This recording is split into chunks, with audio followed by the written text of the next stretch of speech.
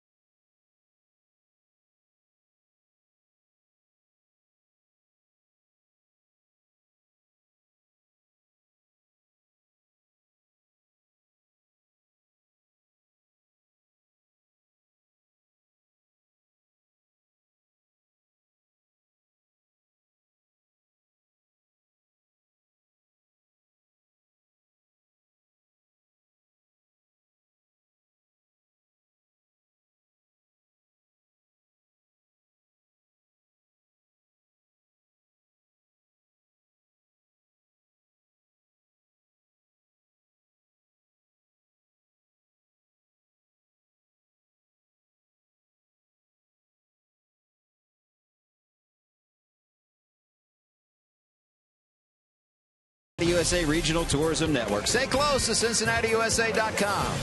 By Chevy. Check out their award-winning lineup only at your Tri-State Chevy dealer. And by Skyline Chili. Feeling good. It's Skyline time. I'm meteorologist Scott Dimick. If you're heading down to GABP tonight, plan for mid, high, and some low-level clouds in the mix. Overall, we'll have increasing clouds this evening, but notice no showers or thunderstorms for game time tonight and also for the final out. Temperatures will be falling into and through the 70s over the next several hours. Enjoy the game on Fox Sports Ohio. Perfect weather tonight. And perfect for the Reds to get a win. Delgado versus DeSclafani. Lineups and first pitch are next with Tom and Chris on Fox Sports Ohio.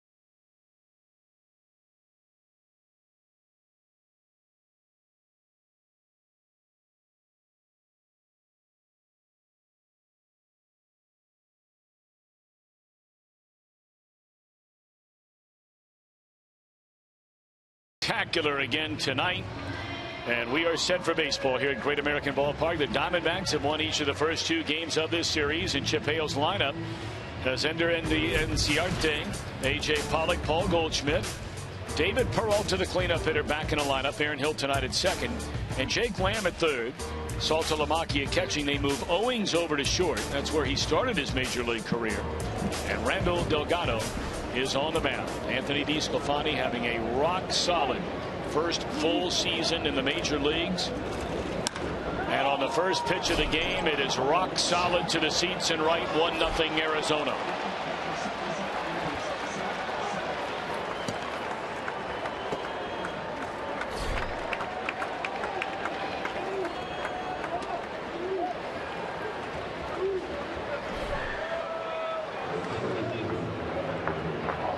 Can we have a do-over? Well, you brought up the word mulligan during the telecast last night. Well, Inciarte certainly doesn't want one. I mean, that's a get-ahead fastball to get a strike started in this ball game, and Inciarte says that's about where I like him, right there. First career leadoff home run for Ender Inciarte, and you got to believe there'll be a few more of those to come. He's not known as a power hitter in any way, shape, or form, but he's still so very young, as is this entire Arizona team. They are the youngest team position player wise in the big leagues, and their pitching staff is the second youngest in Major League Baseball. Here's A.J. Pollock, and the Reds are going to actually get up. Spoke too soon. Thought they were actually going to keep him off first base, because he has had back-to-back 4-hit games in this series. And that is ruled a base hit. Well, when you're hot, this kind of thing happens for you. And Pollock has hit the ball hard, no mistake about that. But he's also hit it in those spots where he's happened to find some holes. And that time he finds a little bit of a help, and the ball just beyond the reach of Todd Frazier at third base.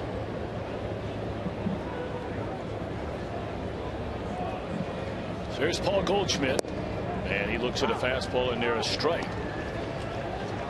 Goldschmidt's done well against DeSclafani in the few times that he's been up. He's 3 for 3 with a couple of doubles, but boy, he has not hit well at all here in the second half, hitting right around 200 in his last 19 games, which leads you to speculate that there's something going on with him physically that has essentially sapped him of his power that he had so much of in the first half of the season. Remember, when the Reds were out in Arizona, Goldschmidt went hitless in the first 2 games of the series, and then in the rubber game on that Sunday afternoon, it was DeSclafani on the mound. And Chris just gave you the numbers. Goldschmidt doubled his first time up to knock in a run, followed with a double, followed with a single, wound up on base 4 times in the game as he later walked. And here he comes into the 3rd game of this series without a base hit. And he faces DeSclafani in game 3. This one, though, a 4-game set. Better keep an eye on Pollock. 32 stolen bases. Has been thrown out just 6 times. In the air right field, hit a ton, and it is 3-0 Arizona.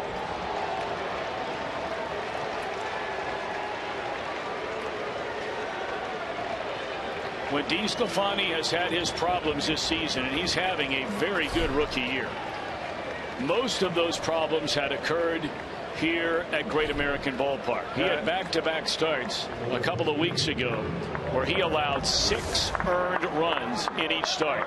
Well, the splits are ugly for DeSclafani, but he plates this fastball pretty much right down the middle. And this may not be a home run in every ballpark, but certainly that pitch will not play in every ballpark either. Not when you go right down the middle to a guy who is trying to win a batting title.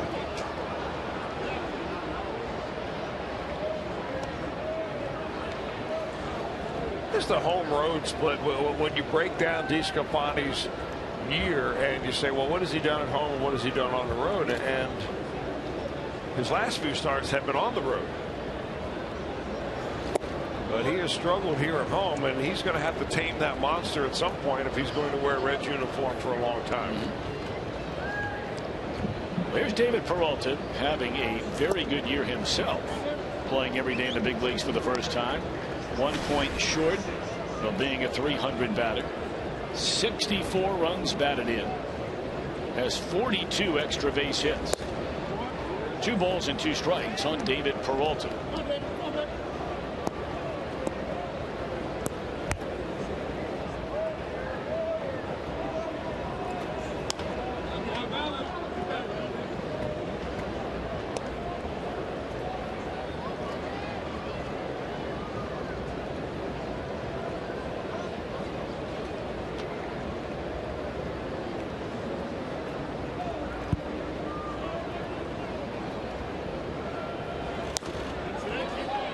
out on a play off to the third base side.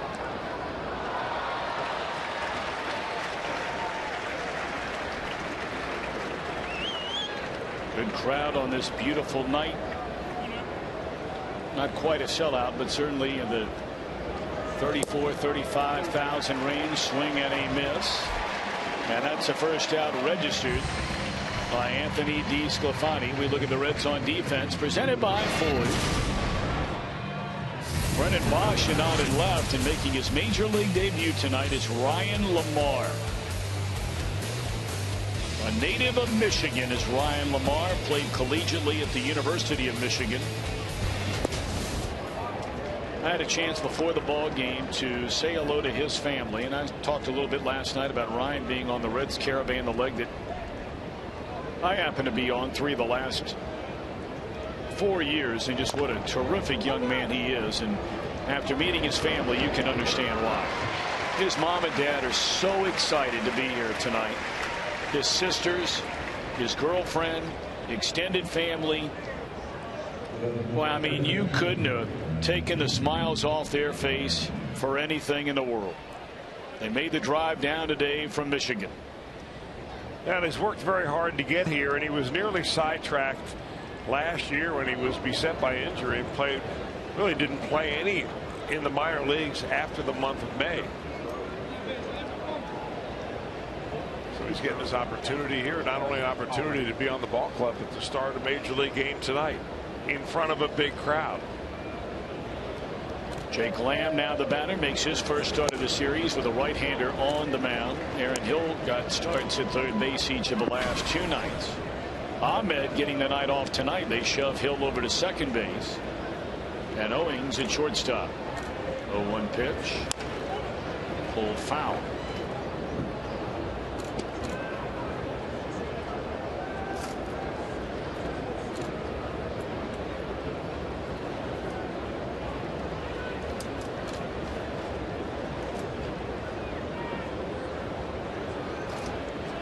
Oh-2 pitch off the outside corner with a fastball.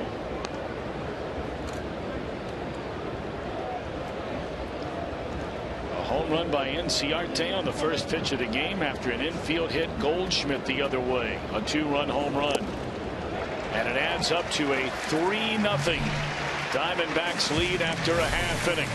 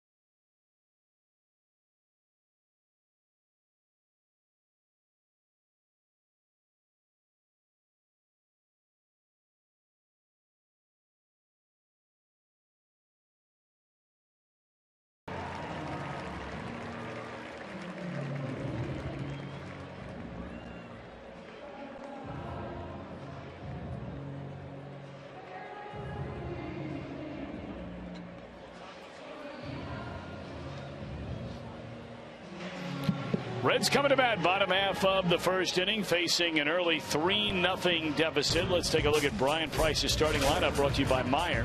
Brandon Phillips back in the lineup tonight. Jim Day will tell us more about that shortly. Suarez and Valdefato. Frazier, Bruce, Bosch in the middle. Barnhart, Lamar, and D. Sclafani. I know Jim Day had a chance to catch up with his main man before the game. Healthy enough to get back in there tonight. Brandon made a pinch hit appearance here last night, and when he made it out, it ended a 14-game home hitting streak. Jim Day, I got to imagine he's fired up and ready to be back in there. He is ready. He did not wasn't in the starting lineup yesterday because they wanted him to go through the full protocol of a pregame session, including taking infield, doing all the moves he's got to do there, and taking batting practice, and then come out of it okay. And he obviously came out of that unscathed, was able to pinch hit, and is ready to go and near 100% tonight. All right, Jimbo, thank you very much. Randall Delgado has pitched in 43 games this season, none of them as a starter. And Brandon Phillips dumps one into left field. He'll slam on the brakes after a hard turn. So welcome back, Brandon Phillips.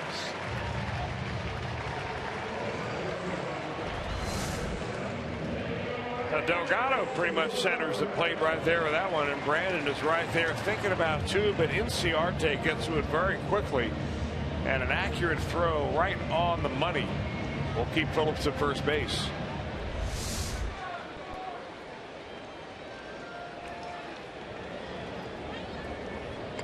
Delgado is still so very young. He just turned 25 prior to the start of spring training, the second week of February. But it seems like we've been talking about this guy because he was such a highly rated prospect for all those years with the Atlanta Braves. He came over in that huge trade between the Braves and the Diamondbacks in January of 13. Martin Prado was in that deal, the big name in that deal. Justin Upton, along with infielder Chris Johnson. He made 19 starts his first year with the Diamondbacks in 13, a 5-game winner. Pitched in 47 games with only 4 starts for Arizona last year with a very high ERA. Well, he's in there tonight as a starter. I mean, they have other options. Down in the minor leagues, they have pitchers that they can bring up to put into the rotation. But Dave Stewart, who's the general manager of the Diamondbacks, he really wanted to see on a continued basis what Delgado can do as a starter. That ball is clobbered by Eugenio Suarez, and what a deke made by Inciarte out there in left field. He made everybody believe that he was going to catch that ball. Brandon Phillips had to slam on the brakes, and that is a long, loud single. He had me believing that he didn't see the baseball, that he saw it halfway, and then he realized, oh, I'm going to get it. But here he turns like he's going to catch it, knowing the ball's over his head. I mean, that is something that, you know, they call it baseball smarts, baseball instinct. You got to think about that ahead of time. If I'm a scout, I'm making a little note in the column. How about Inciarte in that play? That's the kind of guy I want on my team. Back-to-back singles by Phillips and Suarez, and here's Joey Votto, and he drops it foul off to the third base side. Not a play. Watch Brandon Phillips. He's like, whoops, this guy's gonna catch a ball. And then, oh, too late now to go to third.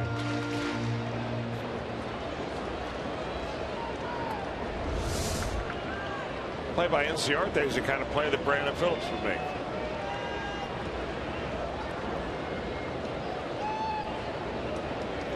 Joey two hits, was on base 3 times last night, had a double and a solo home run. 23 home runs, 60 batted in, carries a .309 batting average.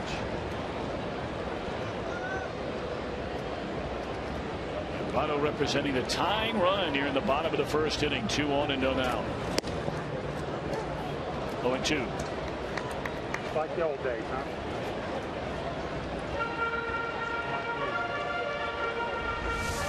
Joey doesn't like it, and he's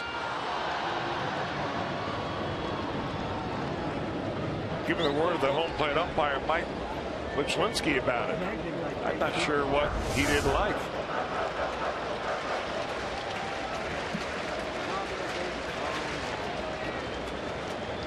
I didn't even think either one of them would be working for AT in 6 months.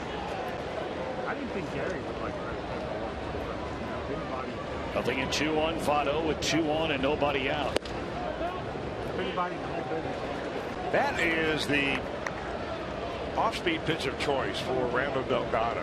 When he got a lot of starts, and he started 17 games one year and 19 games the next couple of years ago, Delgado did, and his secondary pitch was led by that changeup.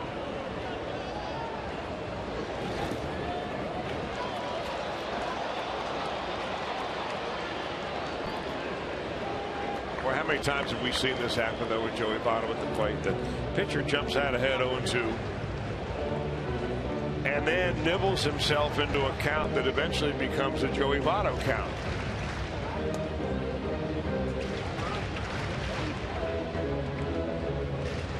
Boy, a second ago he was all angry at the umpire, or angry in the batter's box, and now he's all smiles.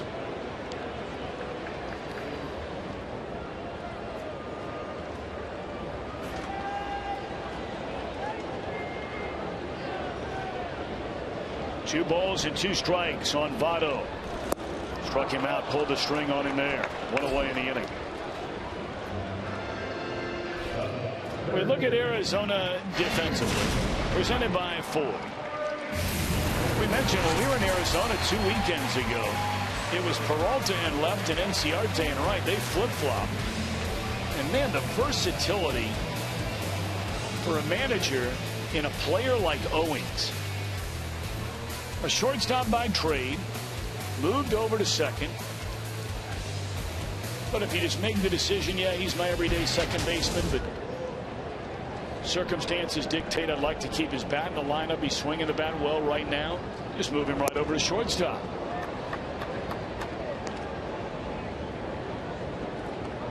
Again, it's the kind of thing you just don't see very much. When you commit a guy to a new position, even if he's familiar with an old position, most baseball people, managers, would be reluctant to take him out of his quote-unquote new comfort zone at second base.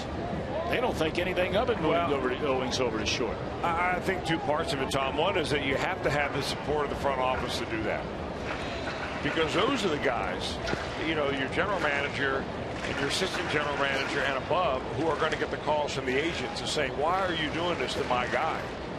And then the other is, you're simply not overthinking it. You're just trying to put a team to win on the ball game. Diamondbacks win this game, they get back to 500.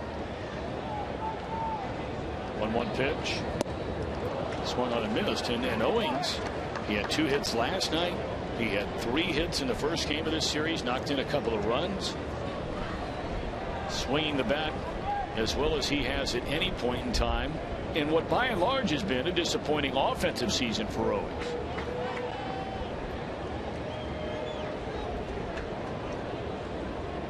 One ball and 2 strikes to Todd Frazier. And now the count even up.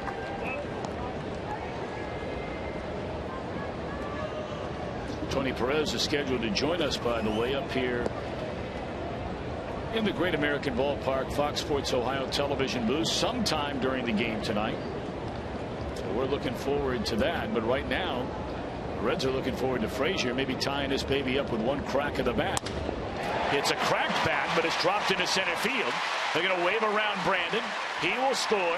Frazier the RBI, and it's a 3-1 ball game.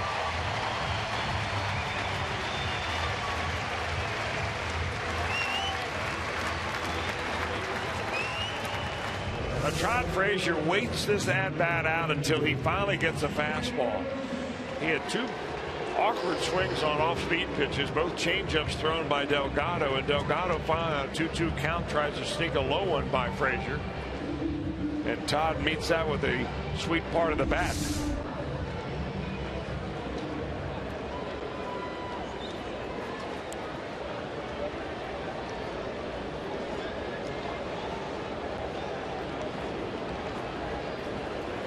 Now the batter is Jay Bruce. Swinging a foul ball out of play.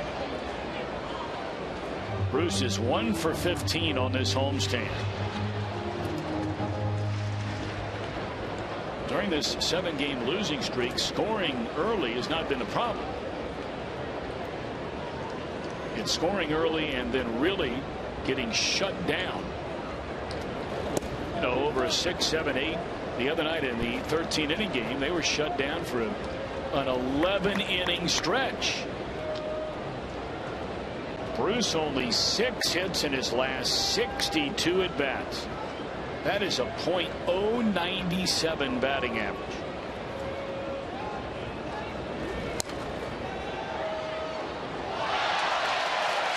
Oh, doctor. What a play made by that fellow in the stands. Young man brought his ball glove to the stands. That guy right there just handed it off to his wife or to his son or grandson, whatever the case may be. I'm going to tell you what, I don't know if that's dad or that's granddad, but he is the king in that little man's eyes.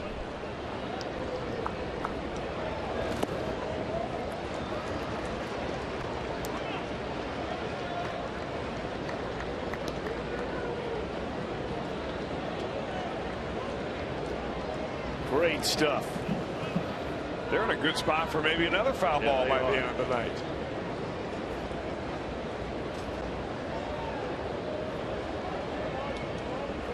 Delgado a long look into his catcher Saltalamacchia. 2-2 to Jay Bruce, and the count is full. Well, the Diamondbacks are hoping to get 75 pitches out of Rando Delgado tonight. As a reliever, he's really used to only coming in and pitching an inning at a time.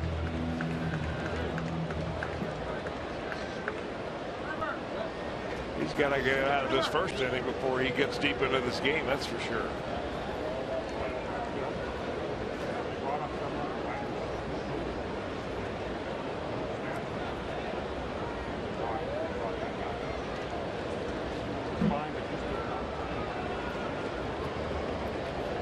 Balls and 2 strikes on Jay Bruce, and it's hit straight up into the air. Foul territory for Jake Lamb, and that's out number 2.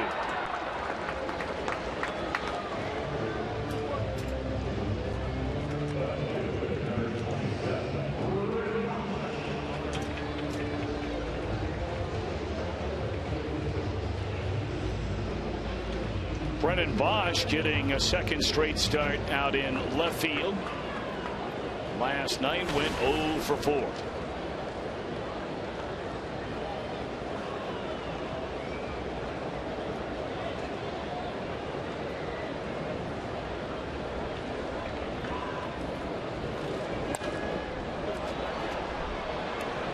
This one drifting over near the stands and out of play.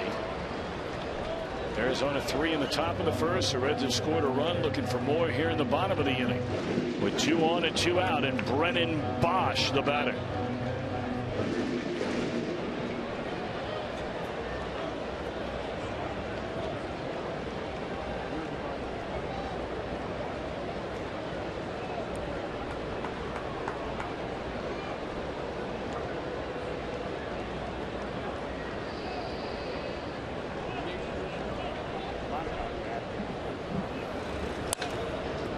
Foul ball.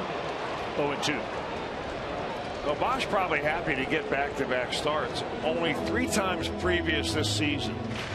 Between the 8th of April is when he made his debut as a Red, and when he was sent down in the middle of June, did he play in starts back-to-back nights. So out of his 63 appearances as a Red, only 6 of those have come in games started back-to-back. And only 10 starts overall this year for Bosch before he was sent down. It's hard to find your stroke when you're getting 10 starts over about a 75-day stretch, if not more than that. But when you come into camp as a non-roster player, made available to any other team out there, you know, you're happy for whatever opportunity you get.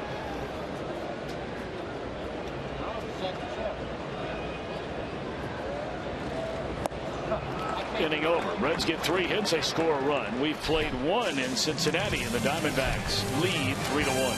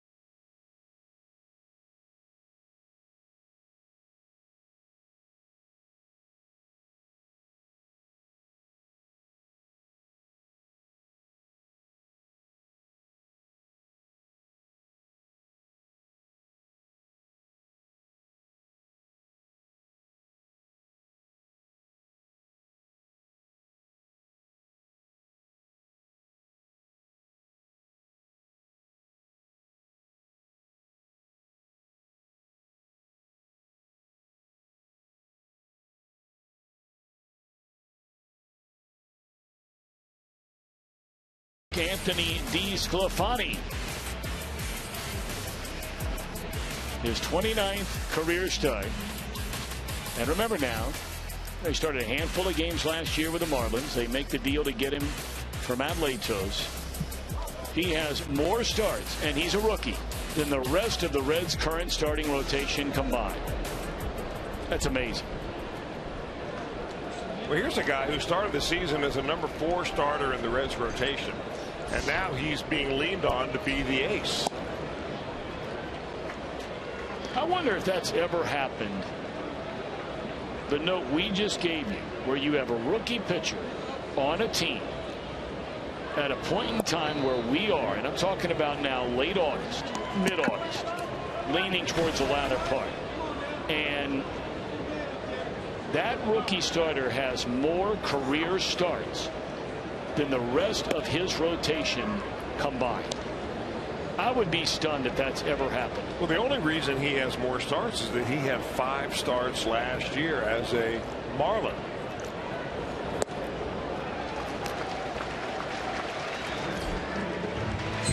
Saltalamacchia gone swinging to begin the inning. Well, he's throwing the ball with a little more authority here right now. That's a little cutter that looks like a very tiny slider to you. It goes down and into a left-hander.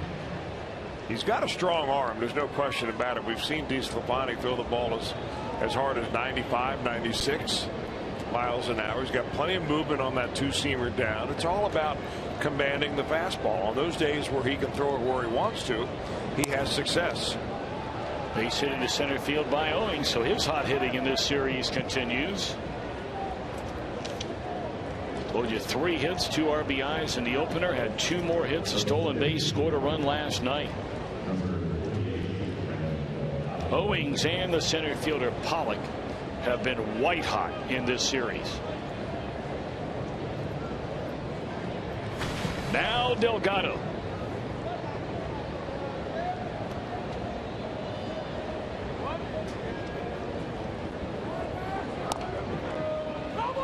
Puts down the bunt, foul.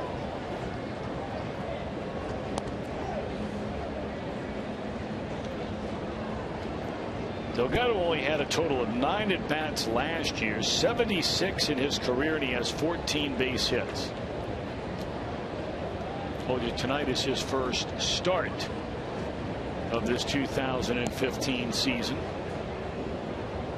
He is 0 for 1 this year.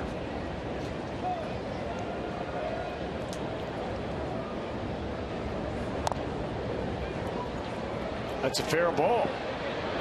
Barnhart waited as long as he could and then picked it up to take the shore out in front of him. Well, you have a sure out, and that's the one thing you're always going to take if you can. He had to wait really for Delgado to get by, also waiting to see what that ball was going to do. Did not want to take the chance that it would roll right down the line and stay fair.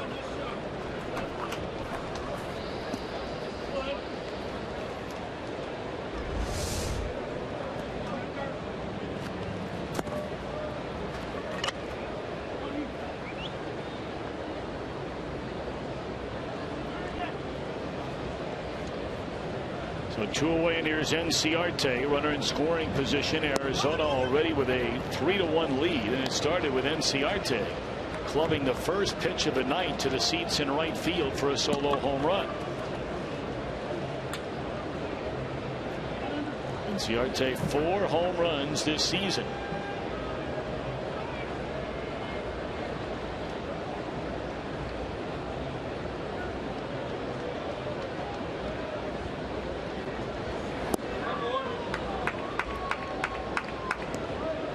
We've been talking a lot this weekend about what Joe Madden did with the Cubs, and if you weren't with us, he decided before a 4-game series against the Atlanta Braves they were going to have an American Legion weekend, explaining to everyone what that means. When you played American Legion baseball, you showed up 1 hour before the game started, you put on your uniform, you played catch with your buddies, and you went out and played the game. That's exactly what they've done 3 straight days against the Atlanta Braves. Players showing up an hour before the game, and for the 3rd straight day they win the game. Miguel Montero and Jorge Soler breaking a tie in the 8th inning with back-to-back home runs.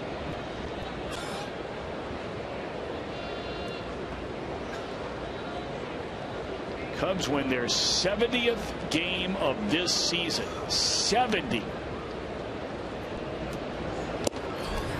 There are 4 teams in Major League Baseball that have won 70 or more games.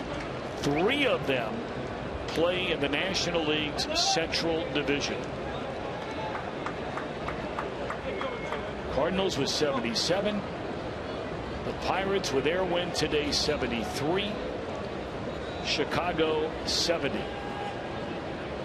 The only other team with 70 or more wins in baseball was here earlier this week in the Royals. Still 2-2.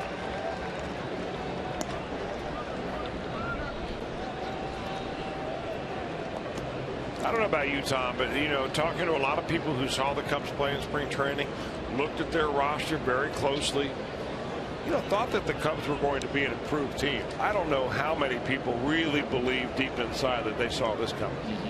Now there's still a lot of baseball left. Yeah.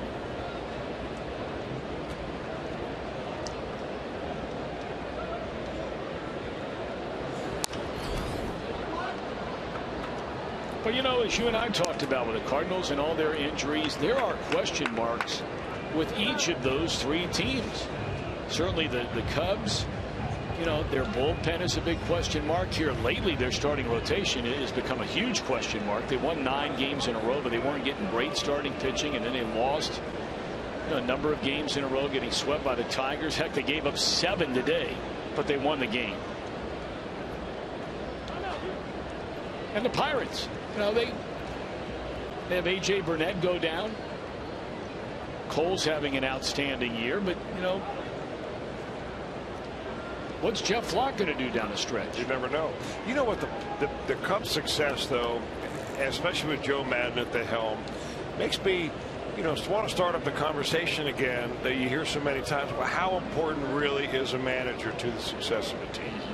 Is it just the strings and buttons that he pulls and pushes on a nightly basis and strategy, or is there something more to it?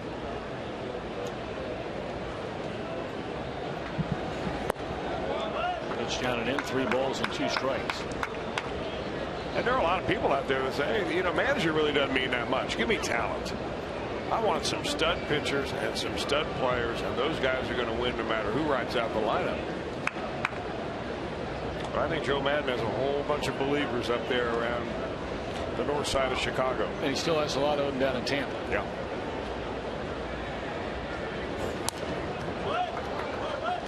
This guy's hanging in there, giving DeSclafani a pretty good at bat.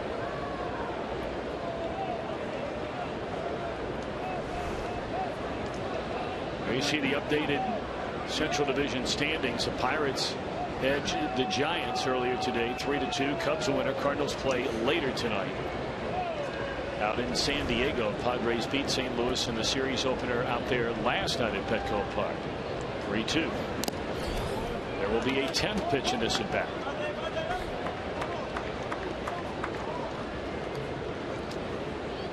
The one thing Inciarte really doesn't do a whole lot of is walk. They compare him a little bit to Juan Pierre. He can lay down a bunt. He hangs in there a little bit. He's trying to cut his strikeouts down. But this is the kind of pesty at bat that really gets into a pitcher. I mean, you're throwing good pitch after good pitch, and the guy keeps fouling them off. And you get to the point where you just think, well, will you just please put the ball in play? Meanwhile, you look in the on-deck circle, you got a guy waiting to get up there who's hot, white hot, among the leaders in the National League going for the batting title, and the guy behind him is a perennial MVP favorite. So that's why you keep pumping strikes into Inciarte. On the 12th pitch of the at-bat, DeSclafani will win the battle inside the WAR. We go to the bottom of the 2nd inning. Diamondbacks lead 3-1.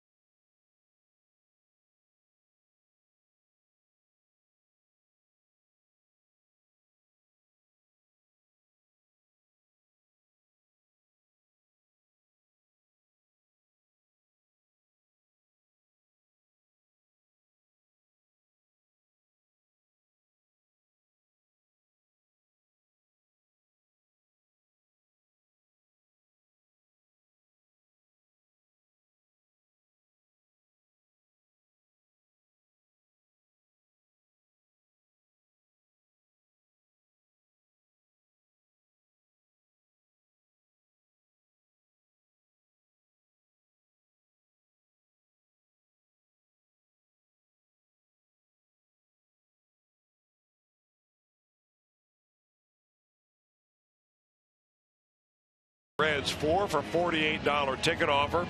As part of Family Sundays, kids 14 and younger receive a free Joey Votto poster thanks to PNC Bank. So for tickets, call 513-381-REDS or go visit your Kroger locations or get online, reds.com/family. Look at that little one. Watching Tucker Barnhart lead off the Reds' second inning. Arizona in front 3-1. Scored 3 in the first inning. Reds got one back on a couple of singles by Phillips and Suarez and a run-scoring single by Frazier. But Delgado able to retire Bruce and Bosch to avoid any further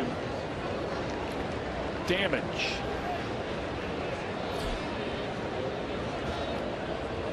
Tucker, a .256 batter, 3 home runs, 9 runs batted in.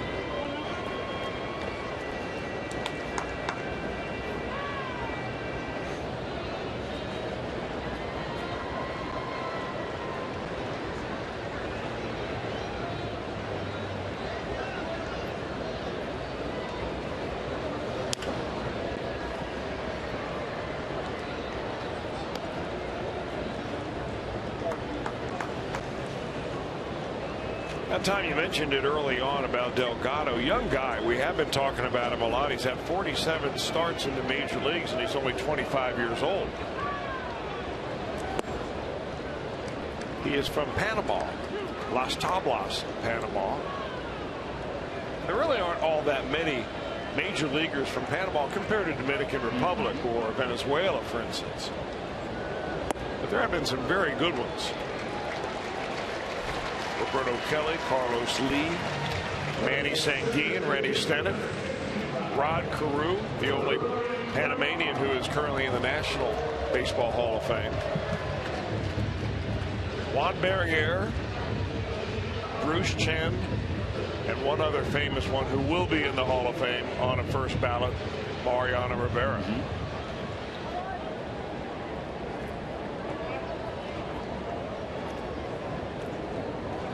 First major league at bat for Ryan Lamar. We talked about talking to his mom and dad. There's mom on the left. That's Marianne Lamar. His father, Kevin. She just said, I can't watch. Think of all the thousands of baseball games she's driven her son to through the years, the practices. And here he is in his first league at bat, and she can't watch. That's mom for you. That's still her baby boy up there. They are such nice people. Talked to him for a little while before the ball game tonight.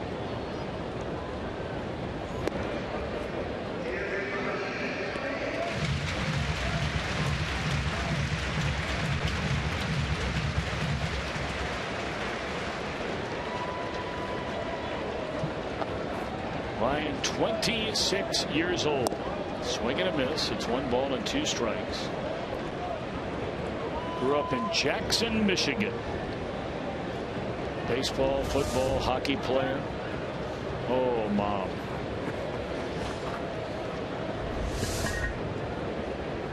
And then played collegiately baseball collegiately at the University of Michigan. And a roller to the right side. They'll get one, and Lamar will reach on a fielder's choice. All right, let's watch mom.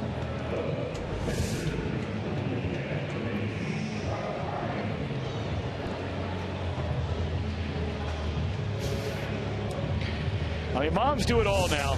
They cheerlead, they umpire, and they do the directing. That's great stuff.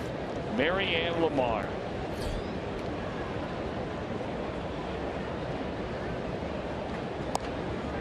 Stefani up there to try and put one down, and fouls it away.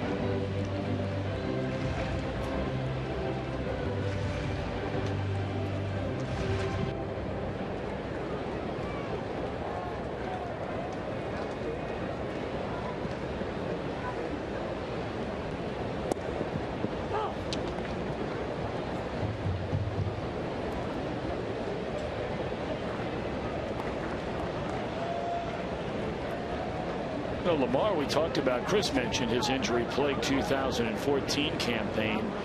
It was only in 2012 he was a Southern League All-Star. Reds invited him to big league camp. There's a poor bunt. A cut down the lead runner. That was a hard one-hopper right at the charging Goldschmidt. So the lead runner cut down, 2 away in the inning.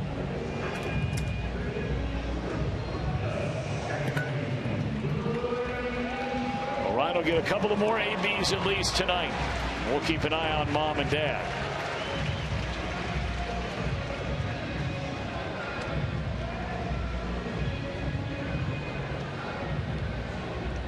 And every parent out there,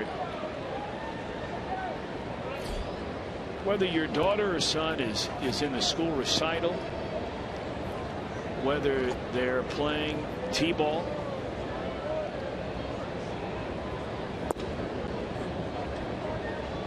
softball, basketball, spelling bee, it doesn't matter.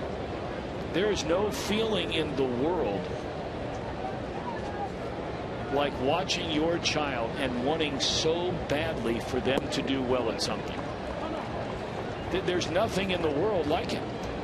You want so bad for somebody else and for them just to do well and do the best they can. And we're making light of her umpiring and cheerleading and all that kind of thing. Man, inside, for every parent out there, you know exactly what I'm talking about. Clobbered by Brandon Phillips. Foul. And that's another catch down there. This is a big league catch. There are a lot of fans out here that brought their gloves to the game tonight. That was a rocket. He may have saved an injury down there.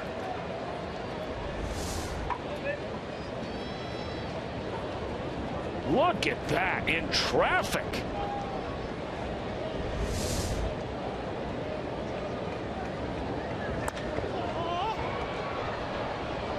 Peralta will have an easier time, and that guy just did, and the inning is over. We move to the third. Tony Perez on his weekend will join us when we come back.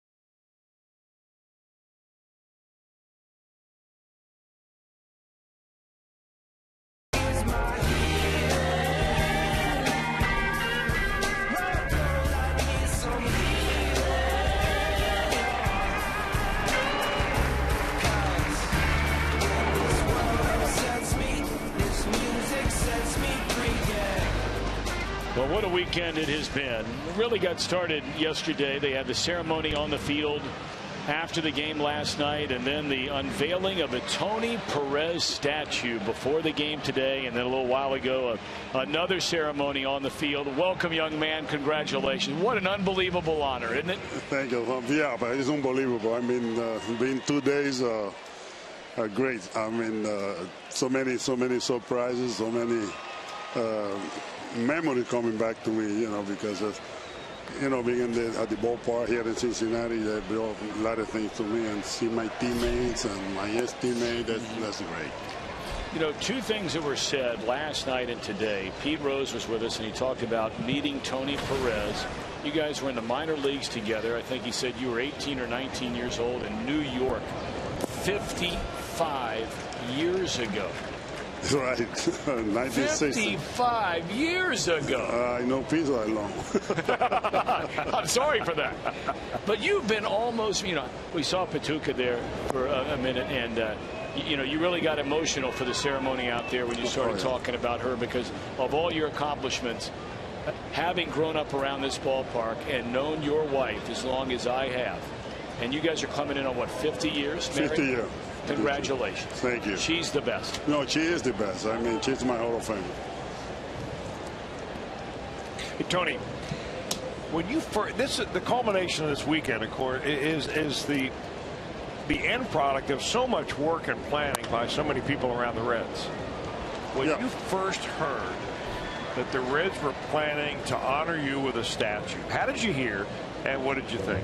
Well, I heard about it 2 years ago when I was here in a dinner, on the Red dinner with I was doing something with the players. All the Red player was there, and then Joe and Johnny called me in, you know, because they were talking in the state, and they called me in, and they told me, they announced it's going to be in 2 years, it's going to be my statue. What did you think then? Well, I said, wow, what is this? I mean, this is something you never expect. I know they were doing Johnny's first and then Joe, but I didn't know I want to be next, and I don't know when. When they say in 2 years, I go, wow, can't wait. Is there any way, and I'm not asking you to say one's better than the other, but is there a difference between going in the Baseball Hall of Fame and then having a statue put out in front of the ballpark, not the ballpark you played in, but the ballpark in the city where you played in? You know, both the plaque in Cooperstown and the statue here are going to be forever. Do they have a different meaning, though? Well, I mean, to me it's the same, but this one, the statue is much bigger because I'm in the city I play. I mean, I play here in Cincinnati, and the love I have for the people and they have for me is tremendous, and it gotta be big. It gotta be bigger, but Cooperstown is Cooperstown too. But I take the statue first. Boy, and then they put that ball across the street on top of the building. You know, with the trajectory of the home run you hit in Game 7 of the 1975 World Series against Bill Lee. There's a line drive. It will fall in a base hit, and Pollock will advance on to third. That home run, when you're up there, and you know, Chris talks about this every single night, and you know how you got to sit on a fastball because if the guy has enough on his fastball, he's going to throw it right by instead of sitting on a breaking ball in case he does throw you the fastball. When that ball left his hand, now I know you had seen that pitch before, but could you believe in that situation that Bill Lee threw you that pitch? No, I never think he going to do it again. But he made that mistake. He showed it to me 2 times, and I knew the first time he fooled me, and I swing, the ball bounced, and I swing, and I don't see the guys laughing at the ball and at the dugout, and I do myself laugh too because it was funny. But he threw it again, and then I didn't swing at it. I look at it, and I see what he did. You know, when he stopped and give me a little emotion, and I say, I put it back here on my back of my hair, and here I say, for he threw it again, I'm going to hurt him. And that was it. When I saw him stop his motion to throw it, I know it was coming. Well, I wasn't looking for it. swing and a foul tip by David. Those are great days, and these are great days when you get all your teammates together. You guys never get tired of seeing each other, do you? No, we had the same fun we had for years playing together, and every time I come here with Joe and Johnny, we get together on the same seats over there, on the same place, and we just rip each other's out. We just talk about everybody, and we had the same fun. I love to get together with these guys. That's a lot of fun. Well, they talked about you as walking around all the time and stirring up the potty. Johnny Jarrett, Pete said about you, and then going over to Pete. You wouldn't believe what Johnny said about you. Who was a guy, though, that you could get the best day in and day out? Well, get most worked up. Well, we used to get on anybody. I mean, anybody who was doing something or do something wrong before. I mean, during a game, make an error or play, make a fool of himself over there, or make a mistake, base running or whatever. I didn't do it the same day, but the next day I know he come back. He's down a little bit. I start playing with him. I mean, I start telling him things and. Even for you make an error, put a bucket on his docket and stuff like that, to make it laugh, and I think that makes us a better team because when you make errors over there, you lose games, and for you to go, you don't want to be that. You don't want to be the GOAT. You're trying to do better. You're trying to be a better fielder or a better hitter or whatever, and that's what we are doing. There was more than one guy, though, that were stirring the pot. I mean, you would go around and do it, but other guys would also do it to make sure. I mean, just everybody seemed like they were loose. Yeah, well, everybody do it. You're right. Everybody do it. I say that today when we were there sitting together, because they put on me everything. I mean, if they say something, they say, Doggy said it. And Doggy started because they knew everybody going to believe it and nobody going to say. If Johnny say something about Joe, Pete say something about Johnny, they say Tony did it, and then everybody believed it. That sounds like the kind of clubhouse, though, that if you had a loss the day before, you forgot all about it by the time it was ready to play the game that night. Yeah, we lost, and we know tomorrow somebody had to pay. Somebody had to lose. We want to beat somebody bad. And that's what we got in our mind. It's like when I went out there and went 0 for 4 because I faced a great pitcher, or Tom Seaver or Gibson, and the next day when I face another, I say, hey, I offered to last night, but today somebody had to pay. That's the way the same way when we play. We got beat today, but tomorrow we're going to come back and beat somebody. 2 balls and 2 strikes on David Peralta. Tony Perez, of course, already had his number retired here. I mean, Bob Castellini was the other thing I wanted to ask you about, Tony, because Chris and I talk about this quite a bit, and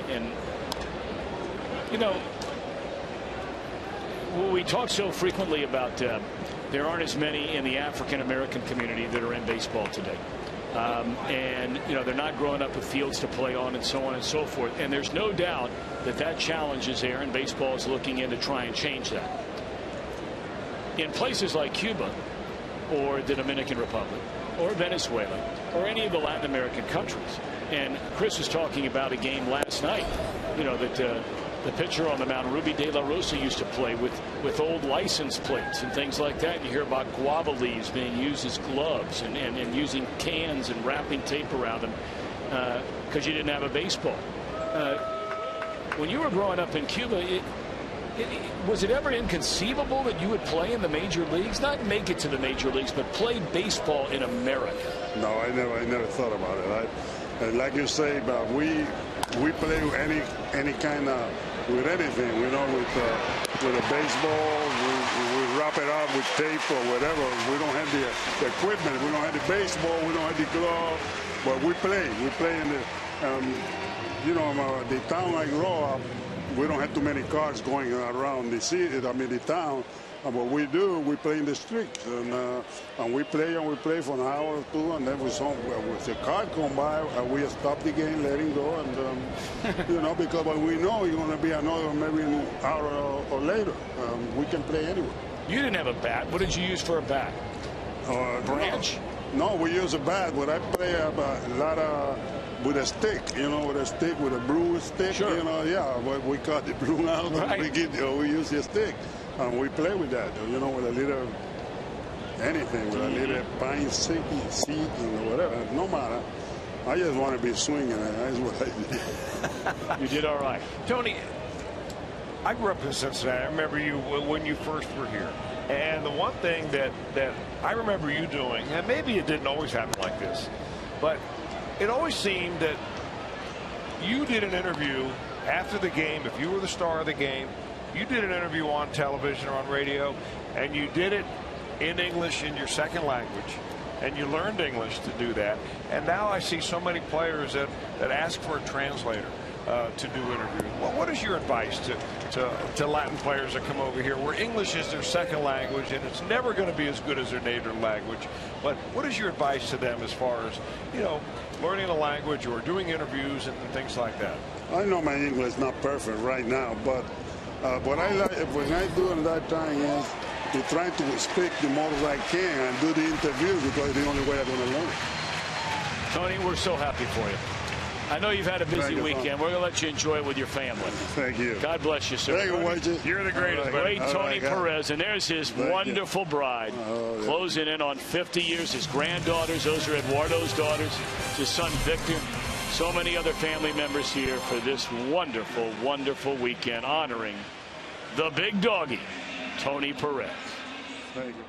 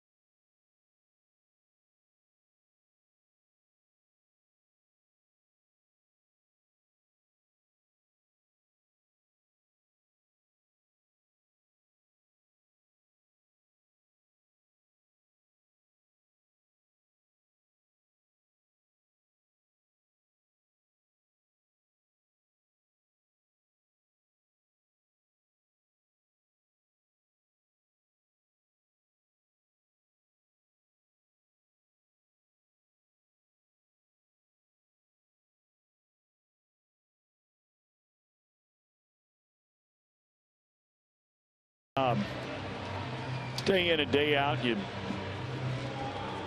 do your best to never take any of it for granted. And being a very young man, and when my dad got this job, and I'll never forget, as long as I live, I meant to ask Tony about it, but a short time with him, obviously he wouldn't remember it, but you know, we were still living in Virginia Beach, Virginia, when my dad got the job as a Cincinnati Reds broadcaster in 1974. And we went to spring training that year in Tampa, Florida. The first four people I met walking through the Reds clubhouse were Johnny Bench, Pete Rose, Joe Morgan, Tony Perez. And each of the four handed me a bat and handed me a glove. A fly ball into left center field, and Suarez retired. I'll never forget it as long as I live. And from that day on, having a chance to be around those guys almost every day as a little kid growing up. And I never want to forget Sparky Anderson, because it was with him where I was fortunate and blessed enough to spend the most time, going down there when my dad would do his radio show with Sparky every single day. And man, you start seeing these guys now, like the rest of us, getting older. And when you have weekends like this where so many of them are together at their ages now, Chris, you cherish them more and more. Because from one year to the next, you're talking about men now in their 70s. Well, it is great that they're healthy and able to come back here and share in a moment like Tony has had this weekend, because, you know, he's the greatest. I mean, no doubt. He was a teammate of mine, and the only year that I was able to play for the Reds, he was there. I was there for his retirement day at Riverfront Stadium at the very end of the 1986 season, and well, what a difference maker he was for a team that year. We were a second place ball club, but I can imagine how, you know, you had a whole team full of those guys like that. No wonder it clicked the way it did. And it came always down to winning. I mean, that's why you showed up to the ballpark, not just to play the game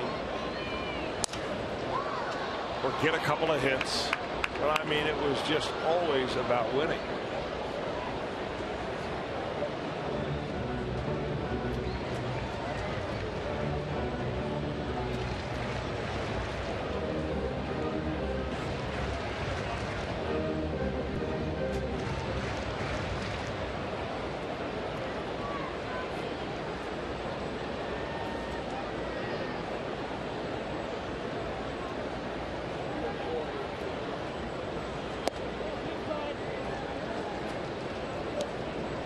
Joey Votto struck out against Delgado his first time up. 3 balls and 2 strikes here. And he did it on the same count that he actually did it on a 2-2 count. Delgado got ahead with fastballs and then changed speeds on him. Votto swung at a breaking ball, and this time he comes with a fastball. Arizona getting base hits by Pollock, a stolen base, a single by Goldschmidt, a double play ball plating Pollock. Pollock has 10 hits in this series, and we are in the 3rd inning of game 3. And remember, it was a rocket last night on a diving play by Frazier that prevented him from having a 5-hit game. Well, what a display he has put on the first 3 games of this series in every way. Not only hitting, but stealing bases, playing defense in center field. What a very impressive player is A.J. Pollock.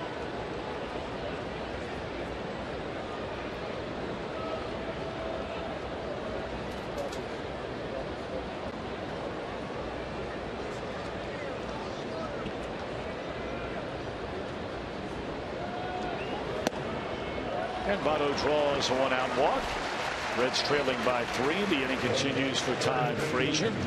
Coming up later on, our Miller Time moment will be brought to you by Miller Lite. Second walk issued in the game by Randall Delgado. Frazier had an RBI single to center field, knocking in the only Reds run coming in the first inning. You know, the guy that gets a good duty when they have all these ceremonies, whether it's for Tony Perez this weekend, every other year where we have the Reds Hall of Fame induction, whether it's flying out during the winter time and sitting down with Pete Rose, is Jim Day. He really gets to spend so much time with all these guys, like he did at the Handlebar for about 10 minutes last night. Sat around by himself for about 2.5 hours. But Jim, you can feel the vibe down there, right? I mean, the whole Tony Perez, there's something different about the Perez thing than the rest of the guys. There is something different. You can just feel how much they genuinely love the guy as a player, as a person, and how much he meant to the team, and how happy they are for him and his family. And it was very touching, the words he had about his wife. And I'm like you, it never gets lost on me. I was a kid and idolized these guys, and to be standing there and for them to actually know my name is, I could have never imagined being here, and I will never ever take it for granted.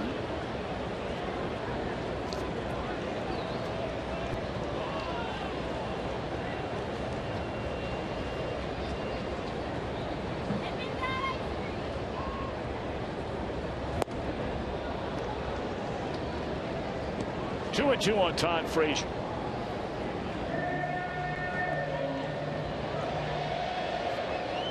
isn't it funny, Tom? You look back and you have a day like today and yesterday with Tony Perez, and you think back on the times you watched him play, and I can't remember him making any outs. I mean, isn't it in your recollection? It seemed like every time he came to the plate. That is a fair ball. Into the corner, Votto on his way to third. He'll stop there after a double by Todd Frazier. So maybe Frazier's starting to snap out of this extended slump.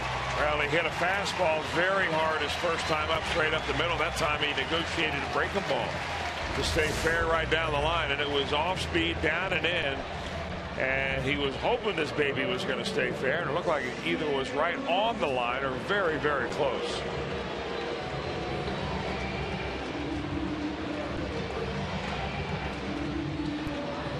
Yep.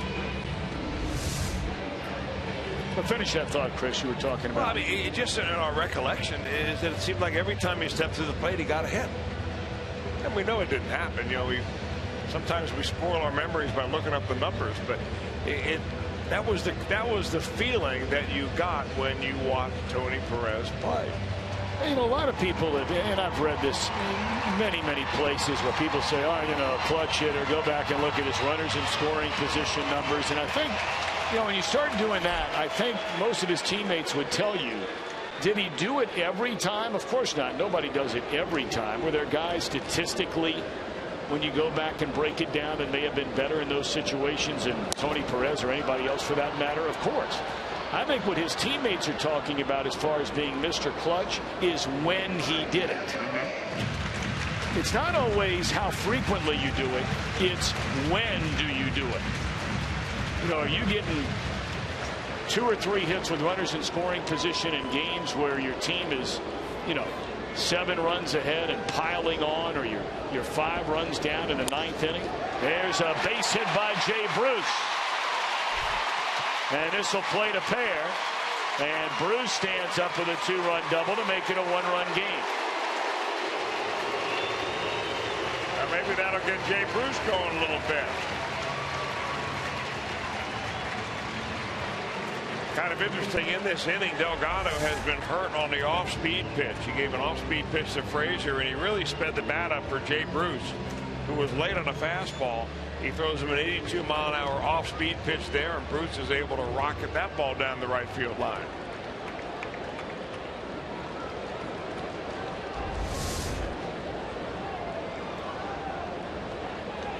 So now Brennan Bosch, he struck out his first time up.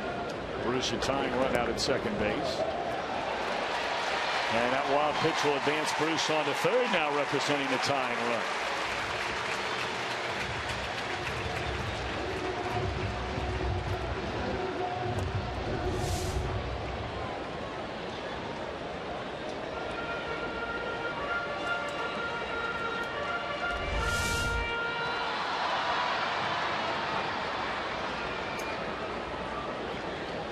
We're in the bottom of the 3rd inning at Great American Ballpark. Diamondbacks jumped out to a 3-0 lead, went to 3-1, 4-1, and now 4-3. And Bosch drives one to right field, and it's off the wall. This will tie the game on a double by Brennan Bosch.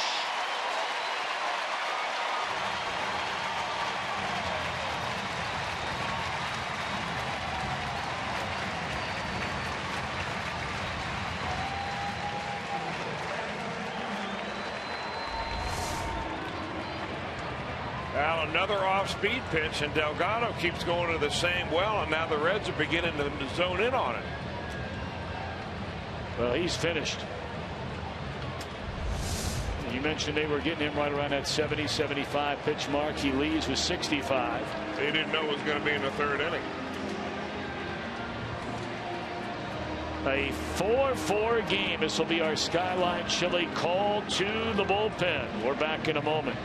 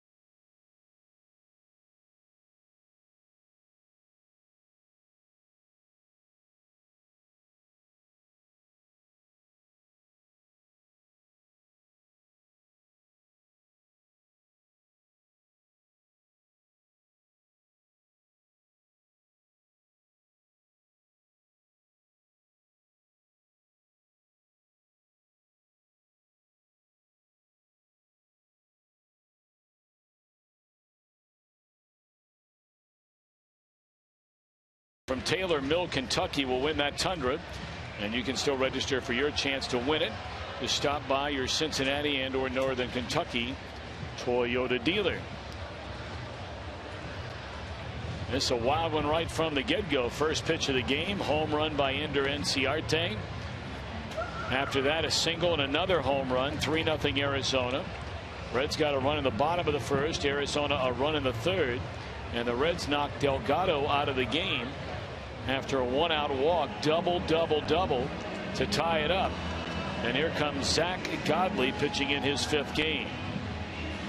Well, the Diamondbacks figured it was going to be a bullpen type of a game for them when they start a bullpenner, and they're going to have to go to the bullpens quite often. I'm not so sure they wanted to go in the 3rd inning after having already given up 4 runs with maybe more in the offing here in the 4th. Tugger Barnard is the first hitter Godley will face, with the go-ahead run Brennan Bosch out at second. Bosch just tied it with a double off the right field wall. His 2nd run batted in as a Red in his 65th at bat.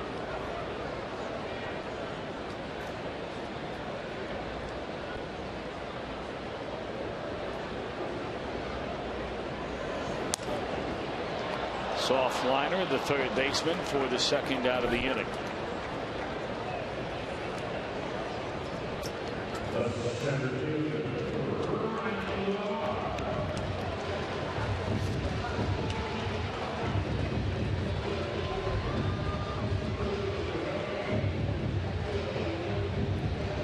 This Diamondbacks bullpen has had a nice year. They have the 5th lowest ERA among all teams in the National League. And you look at the 4 teams in front of them, and every one of them, as far as bullpen ERA goes, are knocking on the door for the postseason. St. Louis #1, followed by the Pirates, Mets, Giants, then Diamondbacks. They have a far better bullpen so far this year than teams like Washington, the Dodgers. Well, they're taking chances on guys you wouldn't think either, and Godley being one of them. A young man that was traded from the Cubs to the Diamondbacks last year. He started this season in A-ball,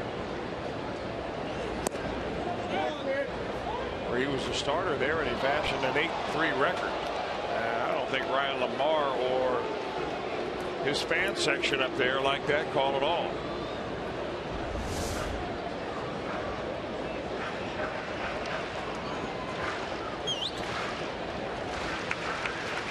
Mom and Dad. 0-2 the count. Kevin and Marianne Lamar. 0-2 pitch. Breaking ball is strike 3, and Ryan knew it. But the Reds score 3 to tie it. We're off our way to the 4th, and we are tied at 4.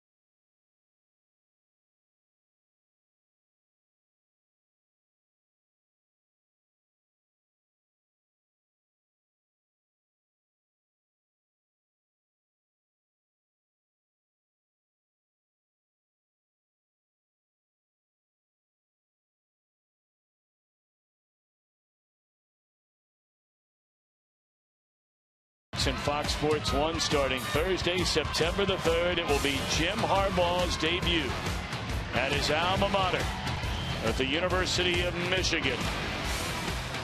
And he begins his run in Ann Arbor on the road against the Utah Utes. And the only place you can watch that game, Fox Sports 1, streaming live on Fox Sports Go Thursday night, September the 3rd, 7 p.m. Eastern Time. They are very excited. You can understand why in Ann Arbor to have Jim Harbaugh, former Michigan quarterback, outstanding player for many years at the collegiate level and in the National Football League, college coach, great run at it with the 49ers, and now the head coach of the Wolverines.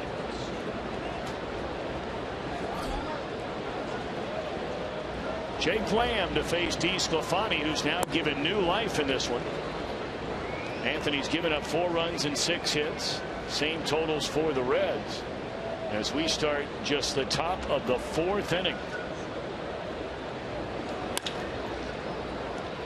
Brandon Phillips right into the shift to the defense. That one hit, 1 away.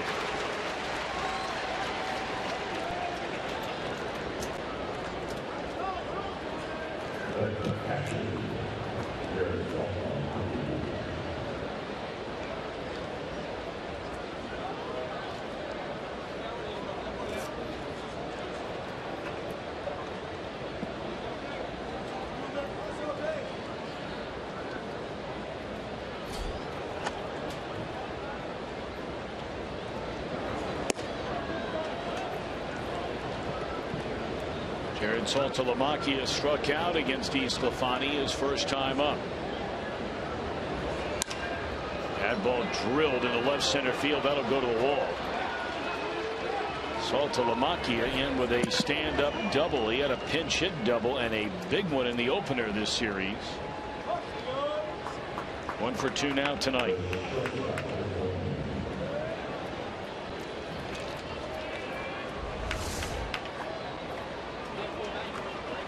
Saltalamacchia is a guy who's 30 years old and was not sure how much playing time he was going to get this year.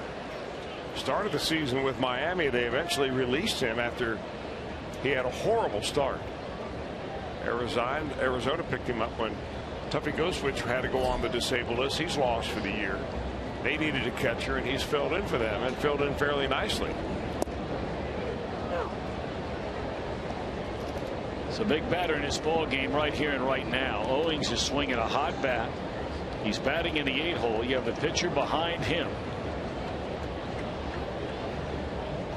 He showed David Holmberg last night that he is a very good high ball hitter. This kind of guy you want to keep the ball down on. And one way you scout that is you size him up in the batter's box as the angle of his bat when he begins his stride. And he's got that bat fairly parallel to the ground. And that always told me he was a guy that likes the ball up. I mean, if you think back and look at remember what Pete Rose looked like in the batter's box. I mean, his bat was already flat and he was crouched down. And you couldn't get a high pitch by him. And Owings is a guy that also likes the ball up.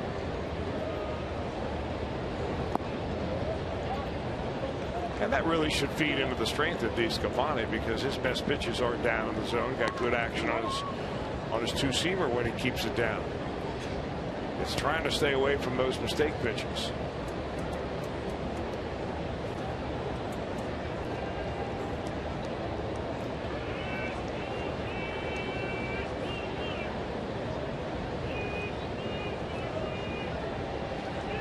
One ball and 2 strikes. Now that pitch left out over the heart of the plate. And Owings fouls it straight back.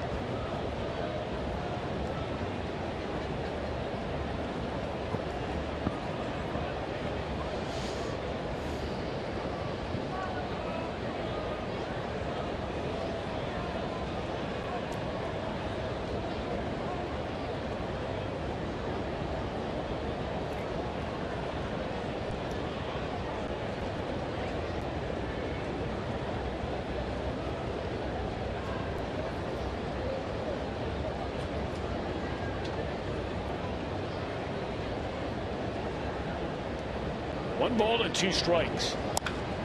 Ground ball to the shortstop. And Suarez just does. Nope. Waited around too long. Boy, he is getting down the line, Owings is, and that is, I don't know if you could give him an error on that. If not a physical error, certainly a mental error. You know, 99% of the time, you make a play exactly the way Suarez does right here, you're going to get your man. But these Diamondbacks, they're not going through the motions. That's a routine 1-hopper to the shortstop. We can sit up here from now until next Thursday, and I can't tell you how that happened. And there's a bunt hit by the pitcher Godley. When he was showing bunt the entire time, everybody in the ballpark knows that he's bunting right there. So you've got to come charging and charging hard. Although that was about as perfect a bunt as you're going to see laid down. The only reason this is a bunt because Frazier's going to hold up a little bit, because if it's a bad bunt to the pitcher, he wants to be able to get back to third base in time. If it's a bunt getting a runner from first to second, he's charging hard and he makes that play. It just happens to be a right bunt at the right time, and I would imagine that is that young man's first major league hit. Yep.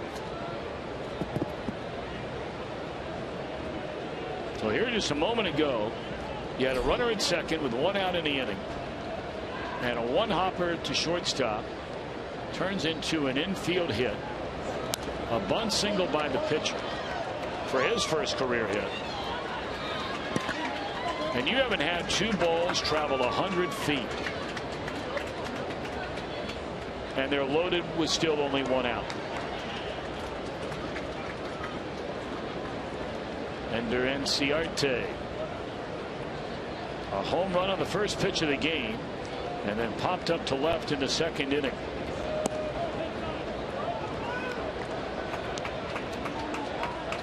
Well, I'll tell you one thing. You and I were talking about this before the game.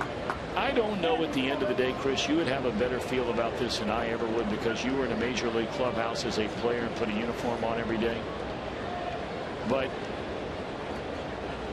you know, a few things do rub off on you if you're announcing, as I've been fortunate enough to do for 28 years. When Tony La Russa walks through your clubhouse, if you're a player on the Diamondbacks team, you better be busting it on every single play and not phoning it in. Because I think most of these guys grew up watching him manage and win a lot of games. Driven into left center, caught by Lamar, loses his footing, throws into second base. Sac fly RBI by Inciarte, and the tie broken. Red scored 3 to knot it up at 4 in the third inning. Diamondbacks get 1 to go back in front. That's a shame. Yeah, I would hope that happens in every clubhouse. And if it doesn't happen by the manager or somebody from up top, it should happen from another player. And I think that's what you get back to when Tony Perez was talking about that in his clubhouse. Believe me, it wouldn't be tonight, but it would be tomorrow. Somebody like Perez or Concepcion or whoever, even if it was Davey Concepcion that made that play, on his way to an incredible major league career, Perez would have been all over him tomorrow in a joking way, where he would laugh it off, put it in the back of his head, and it wouldn't happen again. Right now he just feels down about it. He realizes that that play cost the team a run.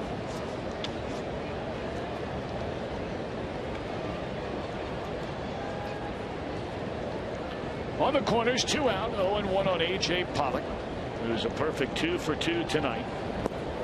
Good block there by Tucker Barnhart. You know, to follow up, Tom, having a player get on you like that relieves the tension. Right now, there's so much tension in that clubhouse and in the dugout. They've lost 7 in a row. They've been horrible since the break. They're in last place. And somebody's got to relieve the tension.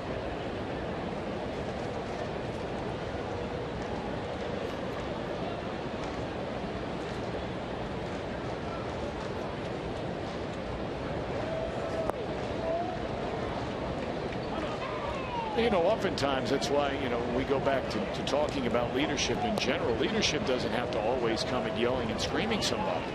Leadership can come without saying a single word. It can come in the form of humor. Yes, it can. It can come in many, many different ways. There is no one single recipe that you put together, and that is a leader.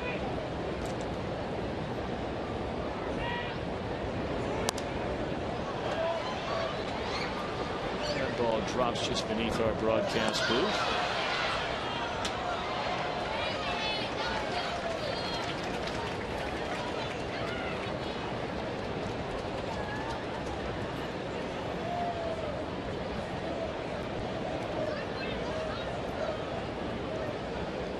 Pollock 1 foot in the batter's box. Now the second. 2 on, 2 out, 2 balls, 2 strikes. Arizona a 5-4 lead. We're in the top of the 4th inning.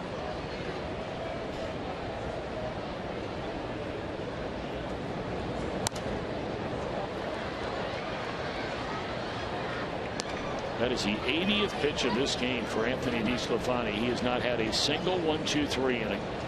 He's been scored upon in 3 of the 4 innings. Should have been out of this inning a long time ago without a run.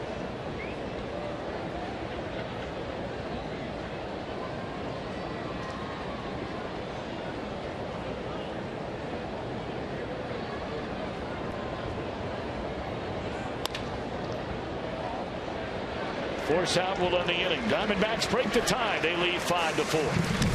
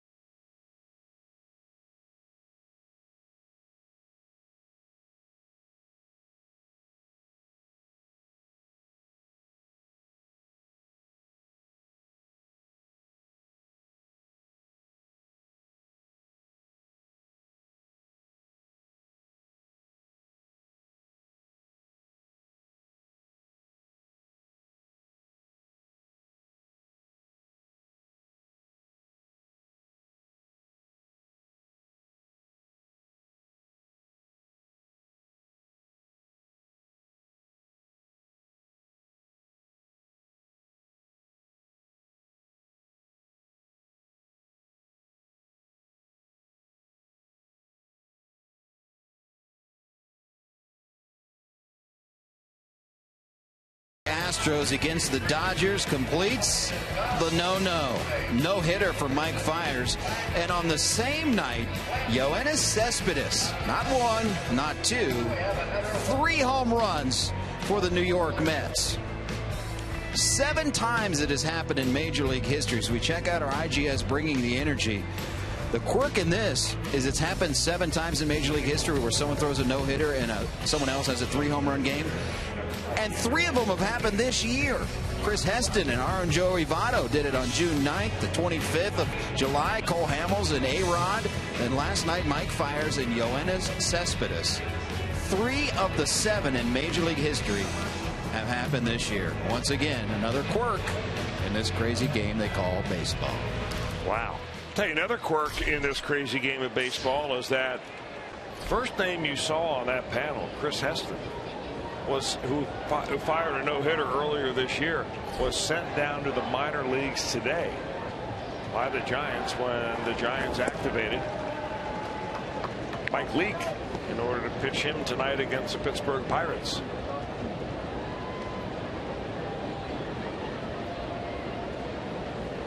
Go figure. Go figure is right.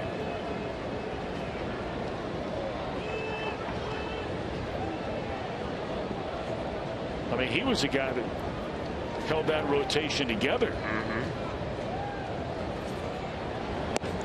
Earlier this year when the Reds saw the San Francisco Giants.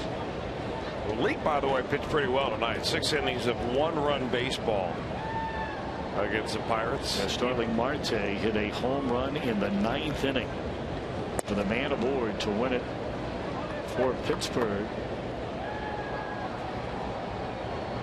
Actually, it was a 2-2 tie to snap a tie off George Contos in the top of the 9th inning, bottom of the 9th inning with 2 outs.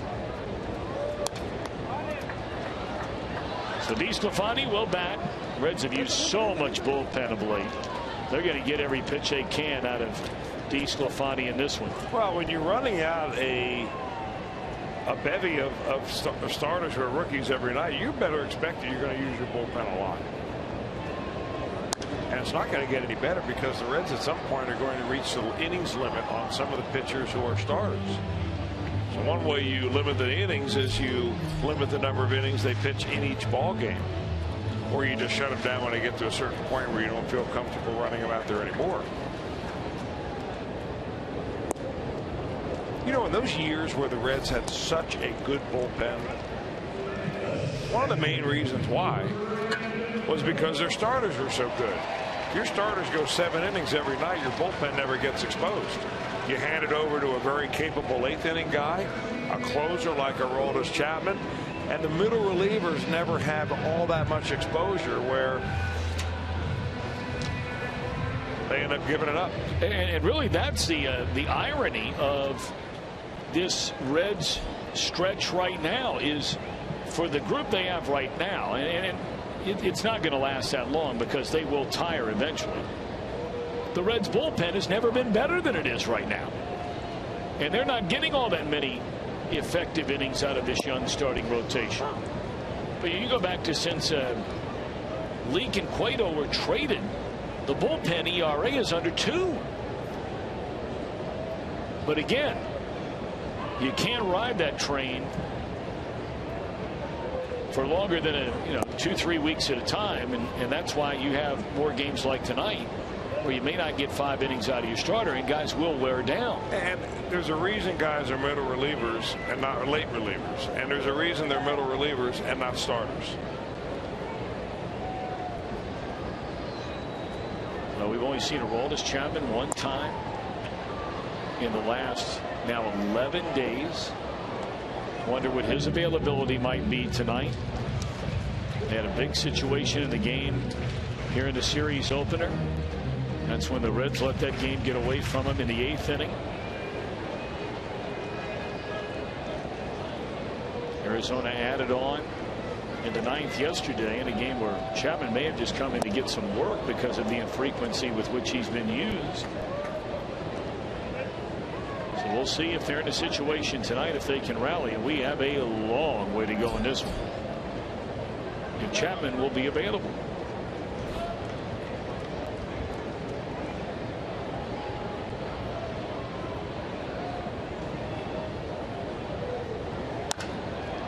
Brandon drives one into deep right center field. Pollock will run it down for the 2nd out of the inning.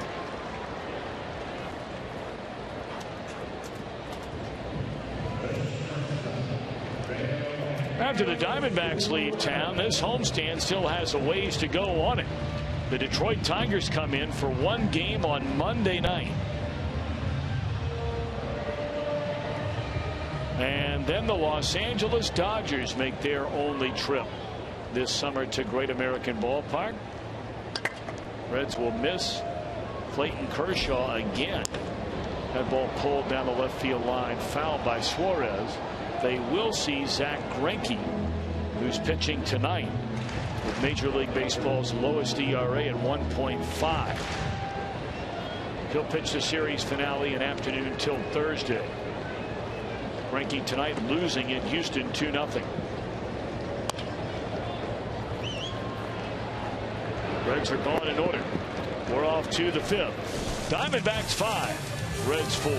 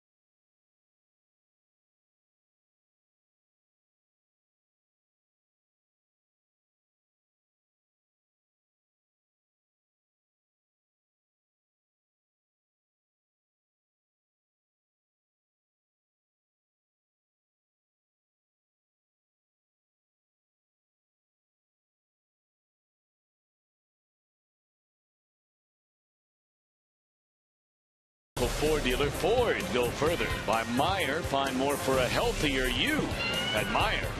And by Cincinnati Children's, ranking 3rd in the country on U.S. News and World Report's best children's hospitals in America. And we always send out a pleasant hello to those watching over at Cincinnati Children's. Hope you've had a great day and an even better one tomorrow. First pitch thrown out by Tony Perez on his weekend. Unveiling the statue of Tony just outside the primary entrance to Great American Ballpark out on the Crosley Terrace. Just a little closer to the sidewalk for those of you that have been here before, where they have, you know, the Early Lombardi, Frank Robinson, Joe Nuxall, Battery, Hitter, statues up. Tony's is a little bit closer towards the sidewalk, the corner. Goldschmidt shoots one into right center field, a base hit. So he's gotten on track again against Esclafani. Had 3 hits against Anthony the last time he saw him, and he has 3 hits against him tonight. I invite you to tweet your strongest fan photo. Use hashtag OhioDataStrongFan, and we might use your picture in an upcoming telecast. Brought to you by T-Mobile. Diamondbacks 5, Reds 4. Goldschmidt aboard to start the 5th. Already the 10th hit for the Diamondbacks in this game. I mean, they have knocked the cover off the ball in this series. They had 13 hits in the series opener, 13 hits last night, and we're one batter into the 5th, and they've reached double digits again. This is something they did frequently earlier this season, was hit and hit with authority.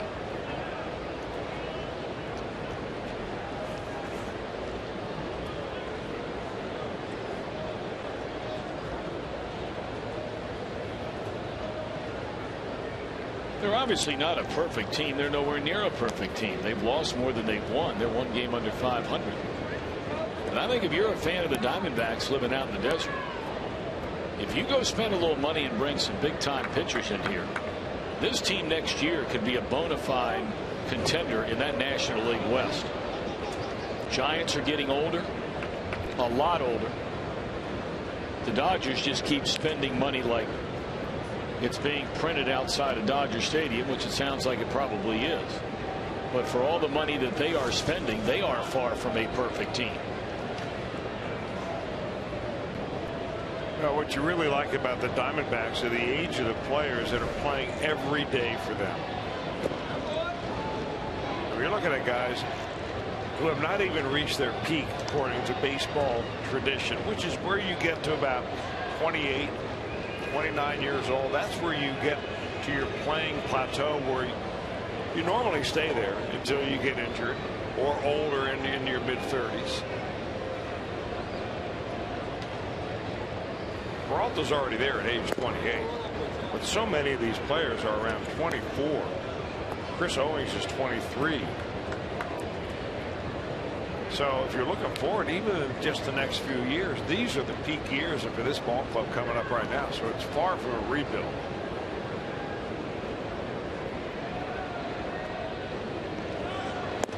Swing and a miss, throw to second base.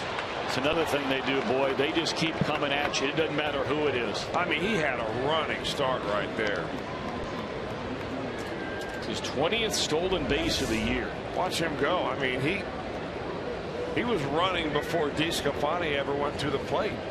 DeSclafani must be doing something. And we can't pick up from the third deck, but you can certainly pick up from first base, where maybe he's leaning just a little bit, or he has a little bit of a twitch that he does before he delivers to the plate, because that's a lead that nobody throws a runner out with.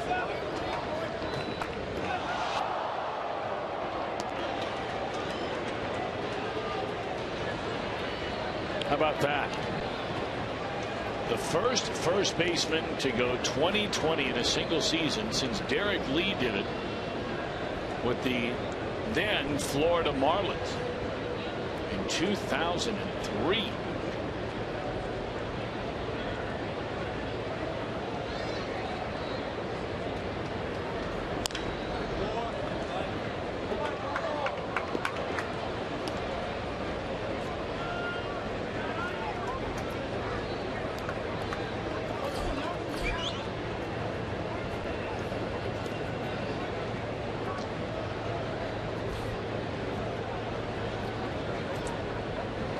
Diamondbacks a pair of stolen bases in the game here tonight.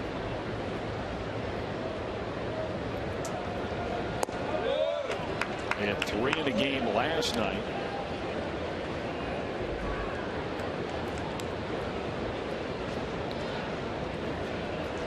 Runner at second. Nobody out.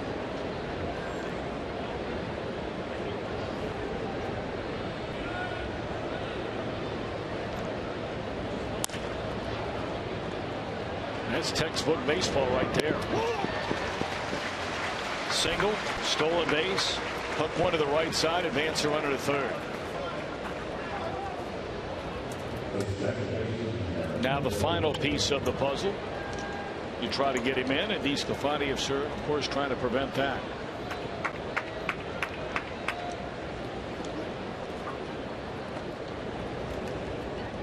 Well, the Reds infield will also try to prevent that by playing them in on the grass.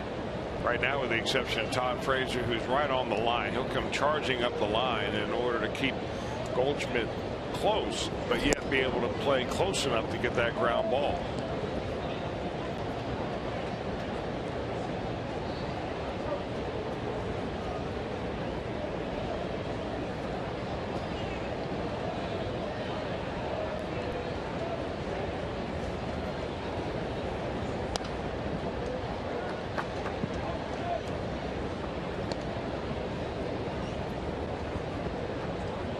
He comes in here with a .231 batting average. Aaron Hill does, but the last 12 games he's a different hitter. All he needs is a flying ball right now to play one more run.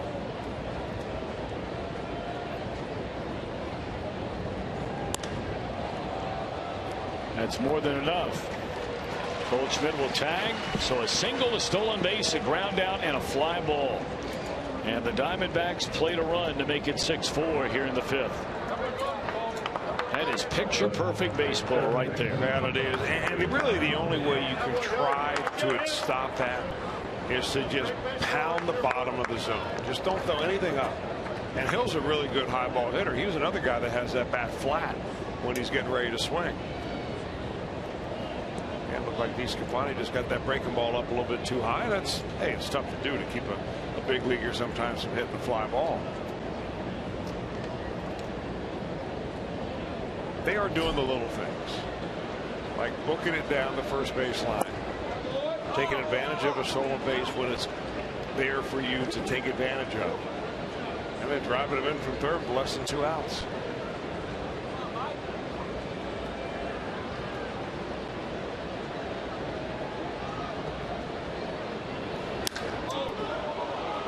Straight away center field.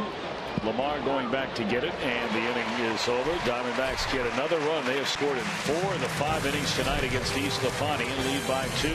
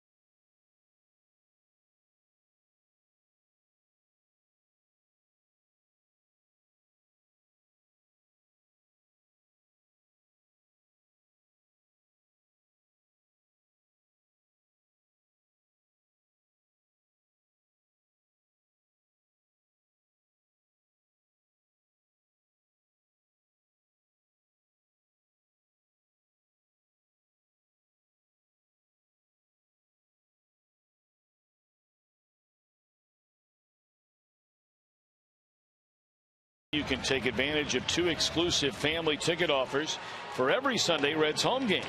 You buy your tickets today, bring the family to the ballpark for the next family Sunday. 381 REDS. Visit select Kroger locations or log on to reds.com/family. They have some great offers, so check it out. You want to bring the family down to a game. They really make it affordable, enjoyable for the youngsters in and all around the ballpark, outside of the ballpark. So if you're thinking about something to do tomorrow, if you're able to, we'd love to have you here.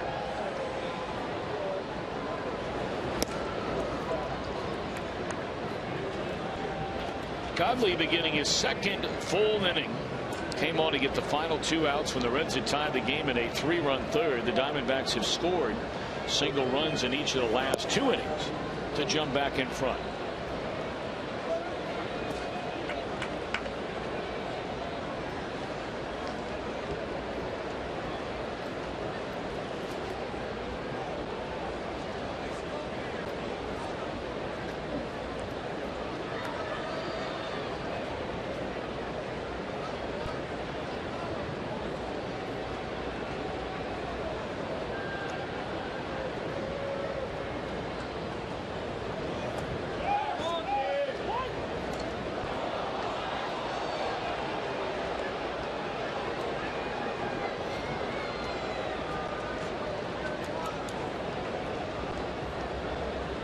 Now this would call it a strike on Votto.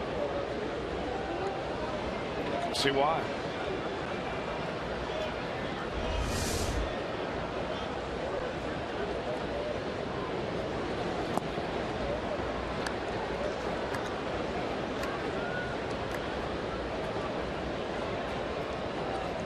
We mentioned that Godley is 25 years old, just like the starter Randall Delgado. It doesn't have anywhere near the kind of experience that Delgado had coming into this ball game, but he has had a start in the big leagues here, even though he started the season in A ball.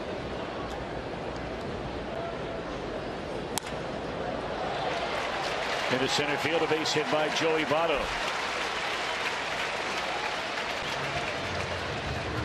Well, at the end of each inning, when he made the 3rd out, Godley that is, when the Diamondbacks recorded a 3rd out, watch what the pitcher does. How often do you see this?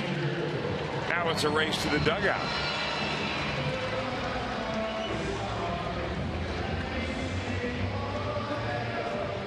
I used to do that in the 3rd inning too, but usually there was a manager standing on the mound.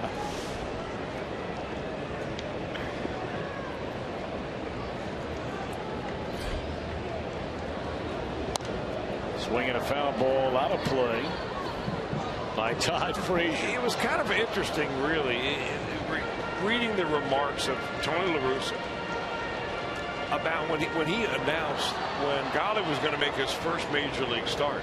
This is back on July the 22nd. I mean, they got him last year in a trade with the Cubs that sent Miguel Montero the other way to Chicago.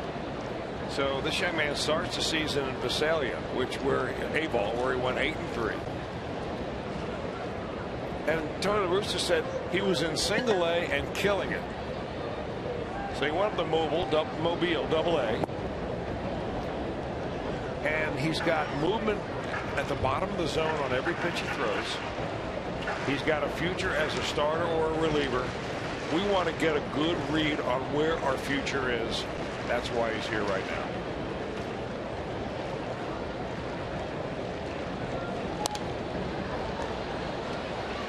I mean, there's not that many times where you see a kid plucked out of A ball and then into double A, and the next thing you know, he's starting in the major leagues.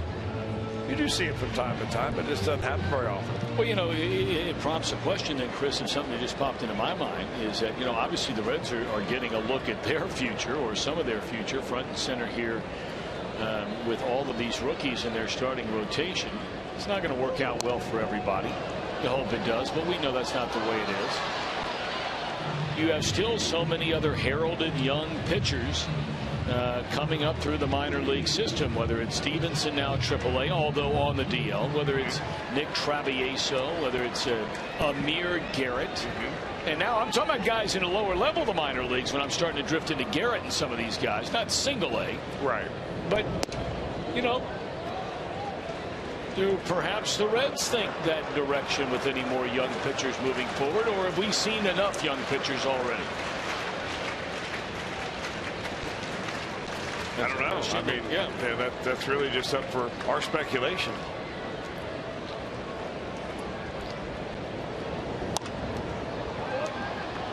You know, I don't think every team ever agrees on that philosophy, and I'm sure it oftentimes just goes by pitcher, player by player. But some teams seem to take more chances on young guys than others. The Braves are always a team that's, you don't know where they're getting them, but they're bringing guys up out of the low minor leagues, seemingly. The Cardinals, you know, seeming an unending supply of prospects that come up, even if it's only for short bursts. Give them a little bit of a boost. Somebody gets healthy, they come off the DL, and the kid goes back to the minors. You know, the other organization that did that for so long, they had to because they couldn't keep anybody if they hung around longer than 5 years. But I mean, the Montreal Expos were a team that they bring guys up straight from single A or double A right to the big leagues in the starting lineup. There's ball four to Frazier. Well, Godley is having a hard time putting people away. Now, he's faced a couple of good hitters here in this inning, in Votto and Frazier.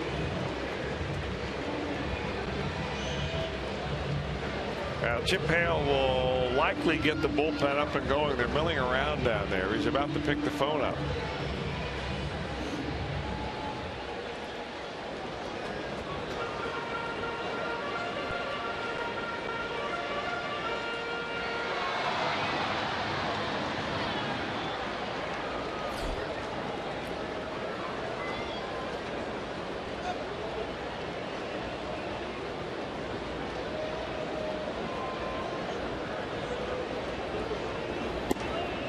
Strike one to Jay Bruce.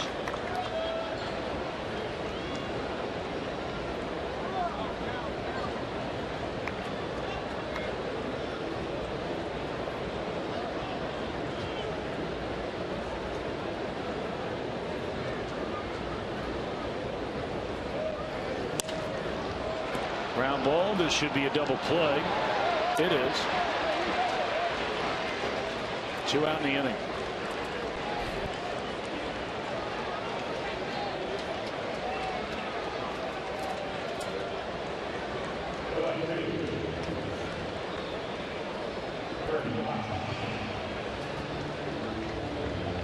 Brian Price is going to come out and say, was that an area play at second base, or did the throw take him off the bag?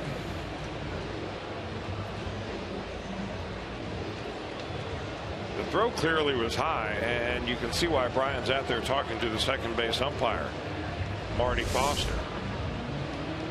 Now they're waiting for some kind of a indication from the Reds video room as to whether it's worth asking for a review.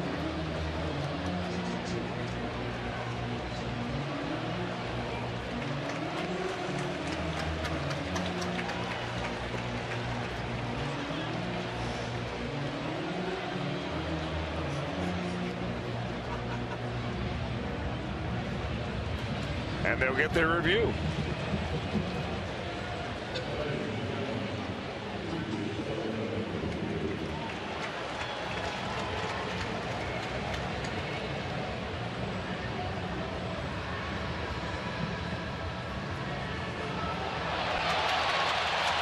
Rob Coughlin, of course, is the one who looks at everything in the Reds clubhouse, all the video, and then sends word to the Reds dugout as to whether or not they should consider challenging the play. Now, there are extenuating rules and circumstances surrounding the neighborhood play. I don't know if it's an official Reds challenge or whether he can just ask for a review on that neighborhood play there. Was the throw a true throw, meaning was the throw a throw that pulled the covering fielder off the bag.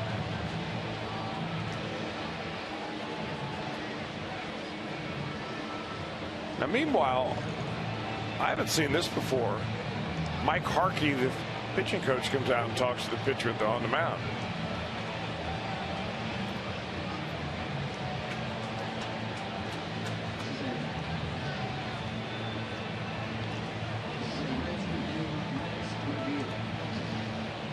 All right, so we get the confirmation from our truck that it is a Reds review. So they've asked for the review and they're putting it on the line.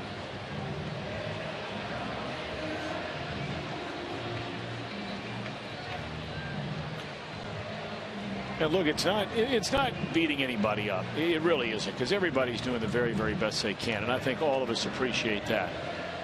But as this season has gone on, these reviews are taking longer and longer and longer. We've had 3 of them on this homestand alone that lasted almost 4 minutes, and that's not what they were designed to do. We were told all along they were already looking at plays before they ever happened. Chris, you went and saw the whole setup.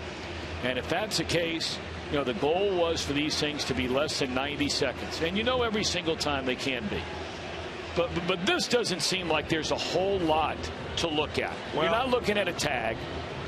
You're not looking at a runner's foot and the catcher's mitt, and did he have control of the ball? I mean, this is a throw to an open base. And we're knocking on the door again in over 3 minutes.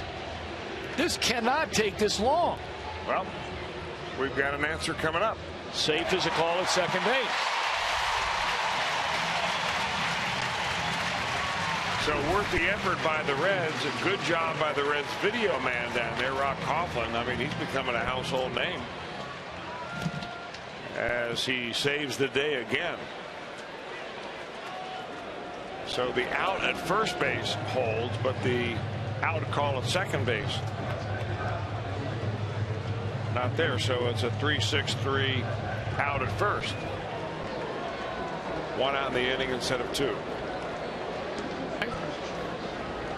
So it's a fielder's choice for Jay Bruce. And the Reds have a pair of runners in scoring position now. And that's a tying run out there at second base.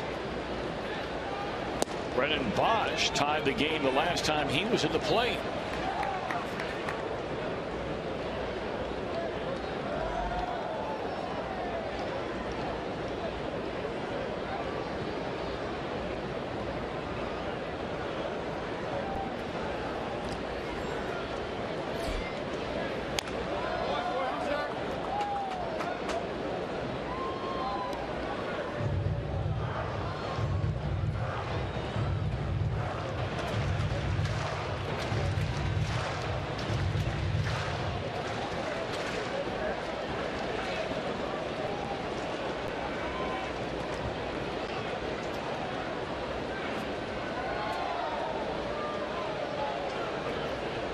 Brennan Bosch, a 1-1 count, and it's fouled away.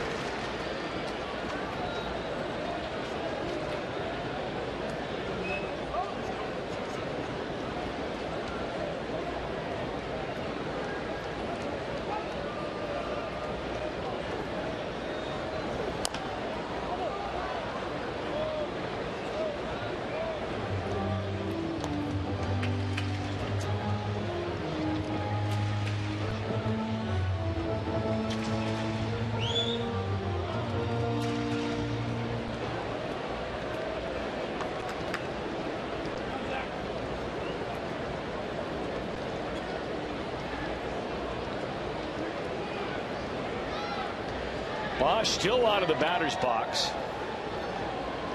And now the right foot comes in. Oddly getting the sign. And here comes a 1-2 delivery. And another foul ball by Bosch. It's a tying run for the Redlegs out there at second base. Down by 2 here in the bottom of the 5th inning with only 1 out.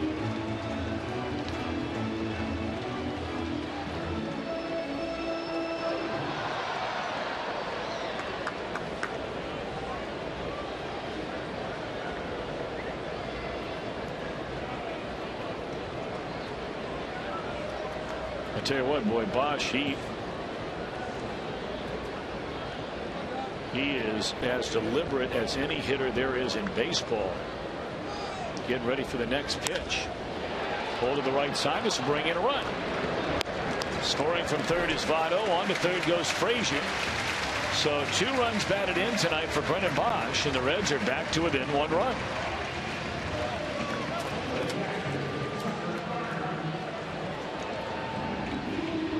Bosch had 1 run batted in all that very limited playing time from the start of the year until June the 15th when he was sent down to AAA Louisville. He had 1 RBI and 63 at bats. He has 2 runs batted in 3 at bats tonight.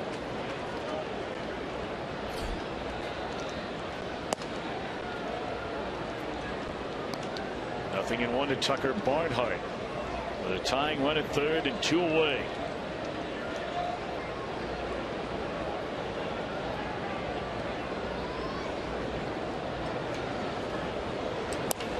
And a little dribbler to the third baseman Lamb. That'll do it, but the Reds get 1 back. We move to the 6th. Arizona leads by a run.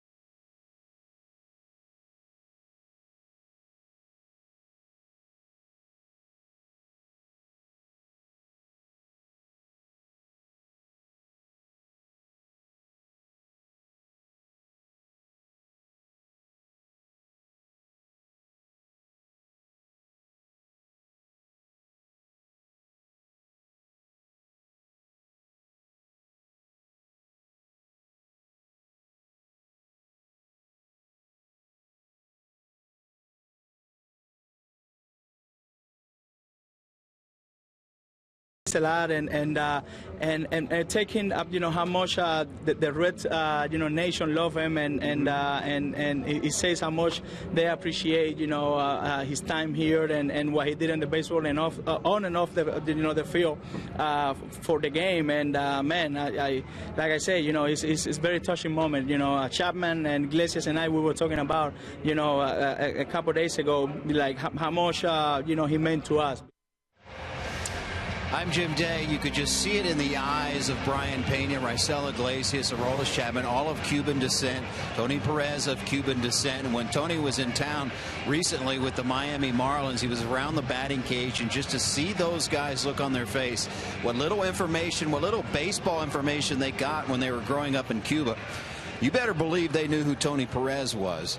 And to call him a friend now, he's everything in the world. And I thought it was very special when they threw out that ceremonial first pitch. It was originally supposed to be Brian Pena catching it, a Cuban descent Tony Perez throwing to another Cuban Brian Pena, but he deferred and gave it the glove to Johnny Bench, saying, you deserve to catch this ball. Thought it was a great moment. Diving play by Brandon, and he throws out Saltalamacchia to begin the inning. Ho-hum, Brandon Phillips.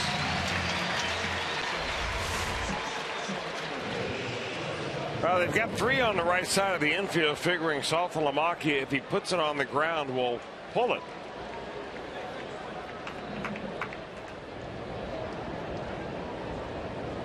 Boy, I mean, every night, guy comes to play. Remember, it was Brandon just a couple of days ago that injured that left shoulder of his. or his right arm that is, by diving for a ball, and then re-aggravated it all over again, diving for a ball.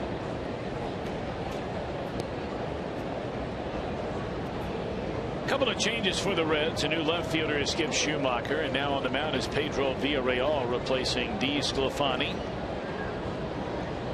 And a soft liner into center field. A diving catch by Ryan Lamar. Well done, young man, in his major league debut.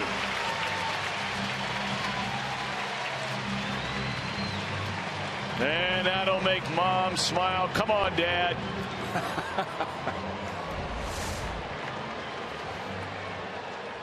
Well, he got a good break, as you see, and not afraid to get dirty with that nice play. The defense has always been there for Ryan Lamar. There is no question about that. Ever since the days the Reds plucked him from the University of Michigan. A little bit of a snow cone there. Showed some white at the very end, but held on to it.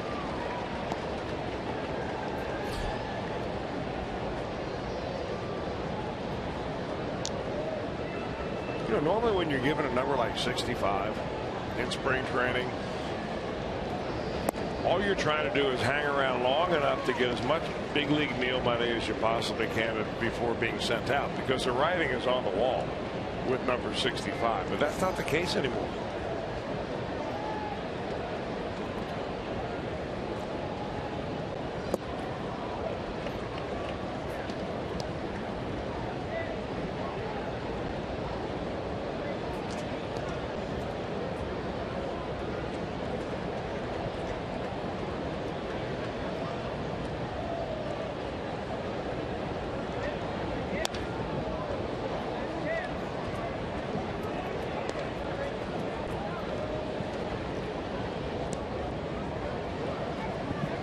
Bradley picked up his first major league hit, a perfect bunt up the third base line for a single in the fourth inning. And it helped lead to a run.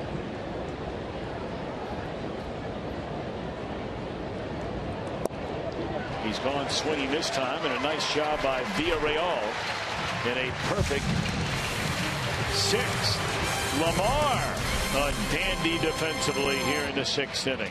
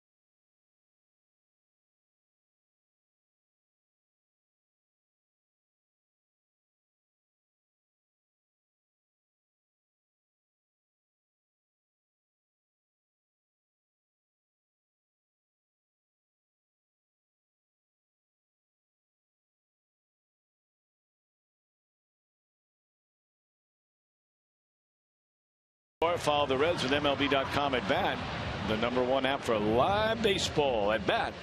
Pick it up for your smartphone or tablet tonight. Our T-Mobile strongest fan photo, here it is tonight. You can send yours, hashtag Ohio Data Strong Fan, brought to you by T-Mobile. That's a nice picture right there, up in the handlebar, looks like. Debbie, thank you. All right, Lamar to lead things off against Godley. Here in the bottom half of the sixth inning, the Reds are down a run, trying to end this 7-game losing streak. Ryan Lamar has bounced into a fielder's choice and struck out.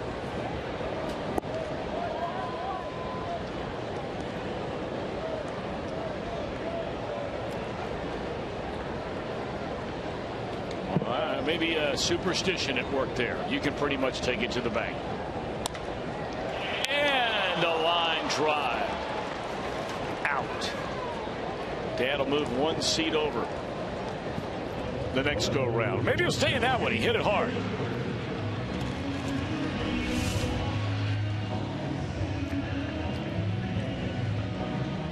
I'm trying to think back, Tom, and remembering the at-bats that we saw of Ryan Lamar in spring training, whether he always choked up as much as he has so far tonight. I mean, he's choking up as much as anybody we've seen this side of Jody Votto.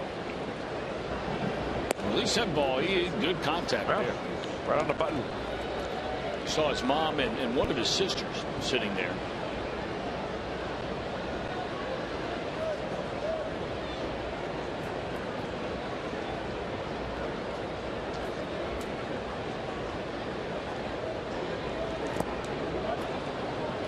Schumacher batting for the first time tonight since coming on as part of the double switch in the top of the inning.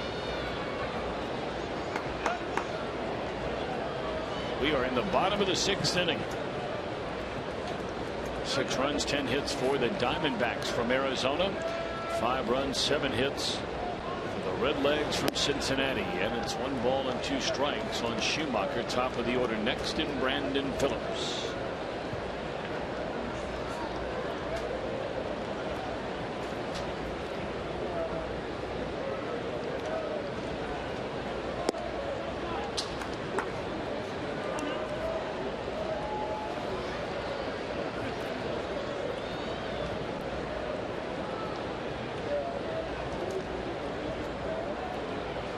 We saw Tony La Russa, we brought his name up earlier, as that one is lined into center caught.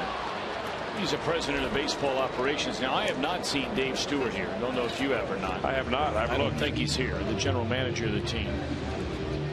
Brandon Phillips, by the way, in the driver's seat, brought to you by Kia.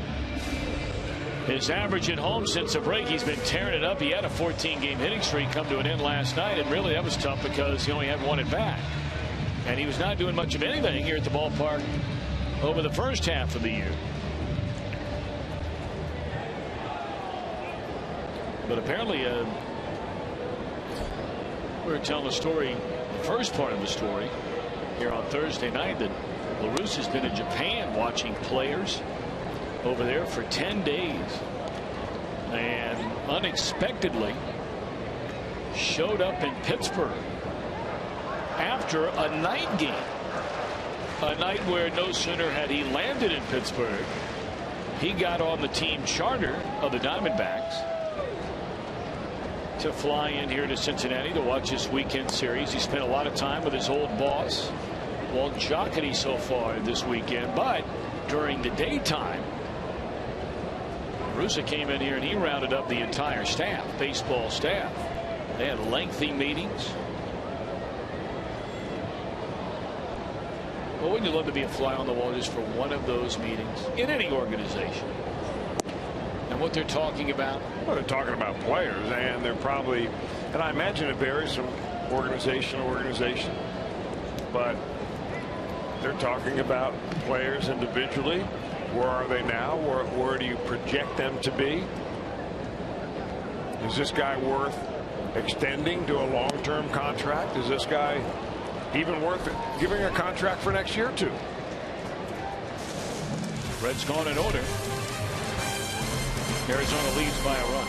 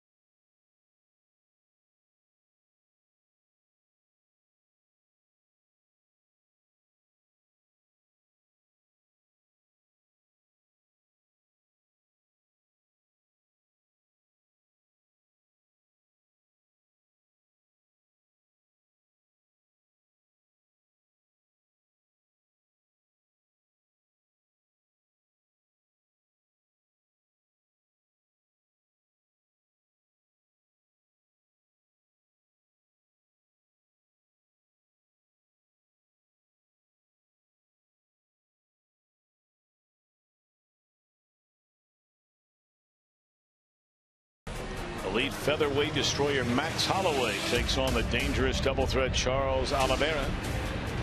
And a welterweight showdown, Neil Magny against Eric Silva. UFC Fight Night Sunday 6:30 Eastern on Fox Sports 1 and streaming live on Fox Sports Go.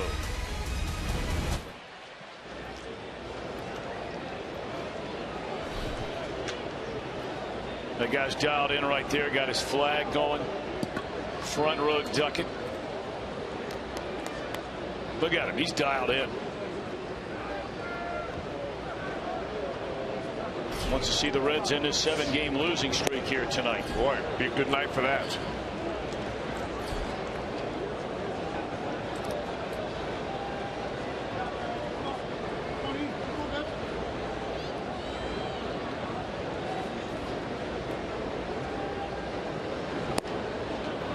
Top of the order, Ender Inciarte. You know, every time I see a fan like that, and I mean, most of the fans we show you, they're Reds fans. And I don't know who that guy is that we just put on the screen a minute ago. But you only need to see him for about 10 seconds to know that guy loves the Reds. He's got the hat. He's got the flag.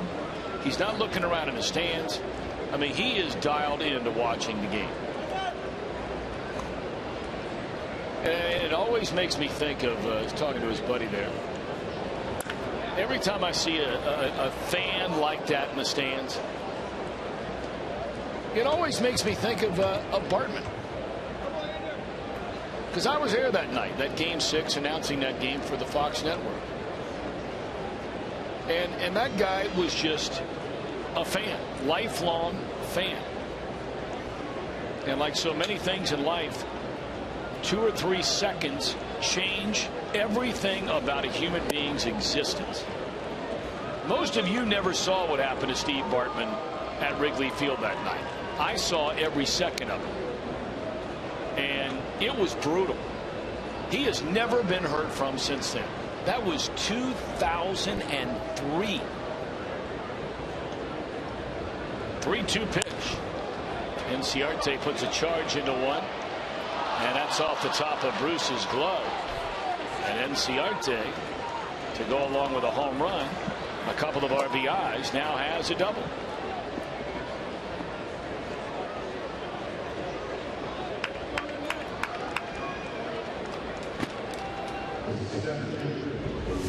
Well, he hit it hard. He has put the ball in the air each and every time he's come to the plate. 4 of them overall. And Bruce on the run trying to make that catch, just wasn't able to grab it. Big part of the order here. These guys did these Scafani in before Anthony could even get his breath in the first inning. Well, in the first game of this series, the first 2 hitters in the Diamondbacks lineup, and they've been the same 2 every game of this series, Inciarte and Pollock, were on base 7 times. Tonight, Inciarte is on base twice, Pollock on twice, and tonight you throw in Goldschmidt, who has 3 hits, scored twice, and knocked in 2. So the top 3 hitters tonight are locked and loaded.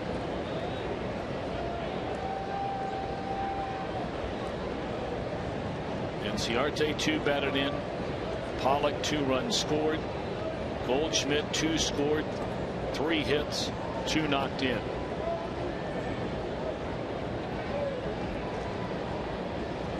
(2-0) on A.J. Pollock. Looks at a strike.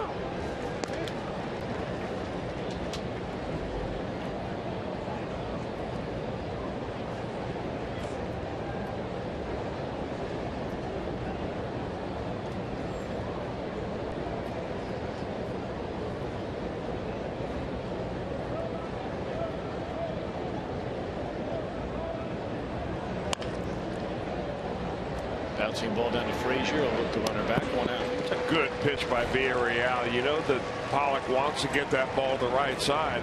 He took a 2-0 fastball right down the middle, and the Villarreal comes right back in there with a pitch on the hands. I mean, there's no way you're hitting this ball the other way, right?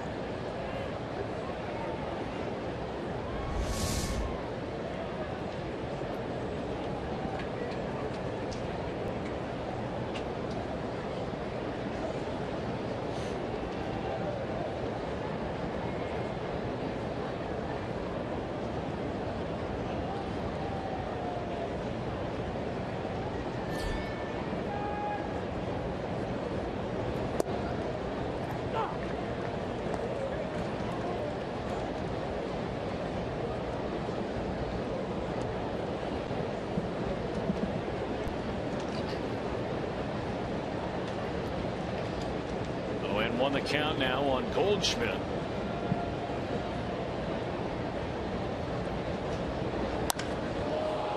That ball is launched into right center field, and Goldschmidt is having a monster night tonight. Not a single hit in the first 2 games of this series. Tonight, a pair of home runs, 4 hits total, 4 runs batted in. And the Diamondbacks extend their lead. It's 8-5. You know, you would really never have predicted this based on what he has done since the All-Star break. I mean, hitting .208 his last 19 games before coming into this game tonight. And the Reds started 2 left-handers the first couple of games. So you're thinking, wait, if this guy's going to be coming out of his slump, it's probably going to be against the southpaws. But he waits until tonight. And he looks pretty healthy to me. This guy's got 93 runs batted in. He hit that ball right out of the catcher's mitt.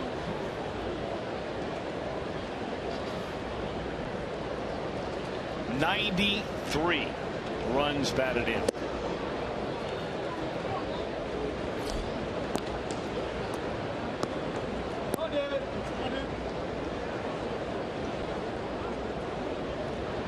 Those are the first 2 home runs Goldschmidt has hit all month. And he still has 93 batted in. Then you have a guy like David Peralta. 0 for 3 on the night. He's made 4 outs, but in the process of his first 3 at-bats, he has seen 24 pitches. Wow. So after his 3rd at-bat, that was 25% of the pitches thrown tonight Peralta had seen. Wow. So, I mean, even on an unproductive night, he's going to look at the box score and say, I'm a 0 for 4. But that's a grinder's kind of night.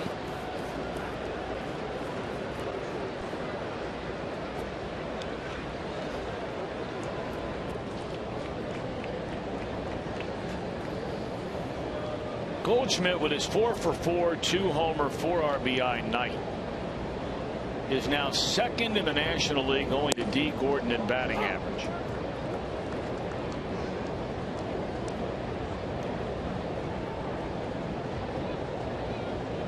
He's 6th in the league in home runs. Yeah, he just leapfrogged Joey Votto with the 2 home runs here tonight. And so he's even with Rizzo and Adrian Gonzalez. He leads the league now in runs batted in, 2 more than Nolan Arenado of the Colorado Rockies.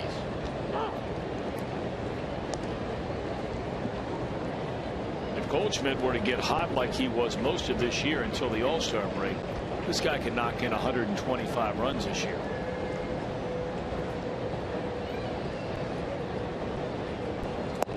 Johnny Bench used to say all the time, and I've never forgotten it. He used to say, if you're a guy batting 3rd, 4th, or 5th in the big leagues, you should be proud of knocking in 100.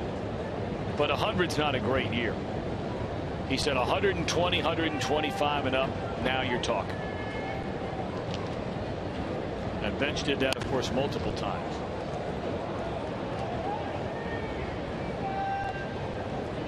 Following each and every Reds game right here on Fox Sports Ohio. Stick around for Reds Live. Brought to you by Performance Kings Honda. Well, this Arizona Diamondback team will definitely be challenged here after this road trip is over in Cincinnati. They play tomorrow, Sunday. With no day off, they'll take on the Cardinals for 4 back at Chase Field in Phoenix.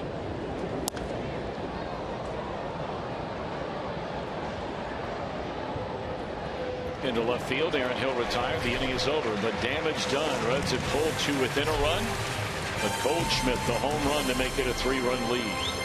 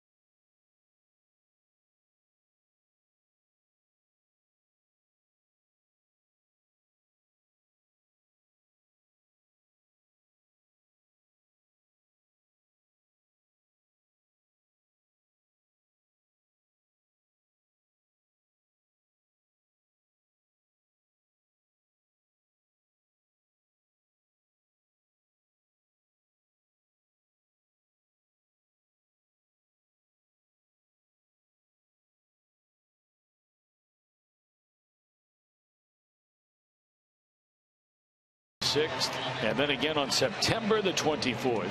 Purchase your Bark in the Park ticket package. Bring your furry friend to the ballpark. A special on-field parade. They're going fast. Visit Reds.com/Dog Day. And look, speaking of the SPCA Cincinnati, they're having a big event. It's called Best Friends and Brews. It's out at the SPCA Cincinnati location on Conray Road. It is a ball. They have a band out there. And so check that out. Big night. 8-5 Diamondbacks in front as they'll hand the ball to the left-hander Andrew Chafin. Godley right now is in line for the win. He gives them 3 2/3 innings out of the bullpen. He allowed 1 run.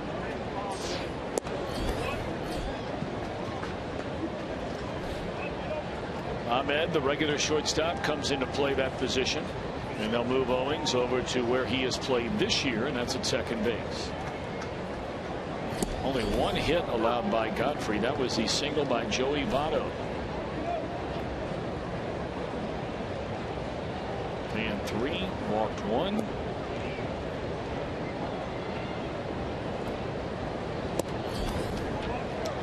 Chafin is an Ohio guy. He's from Northern Ohio. Did his college work at Kent State University.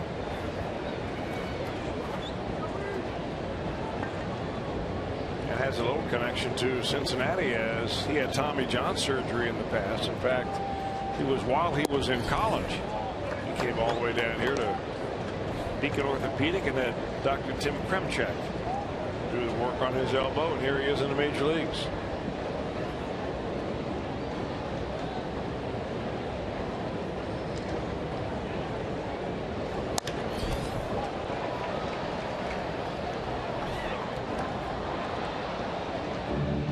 That's a pretty good run he's got going right now. Nearly 20 innings of scoreless baseball. Second longest by a Diamondback rookie ever.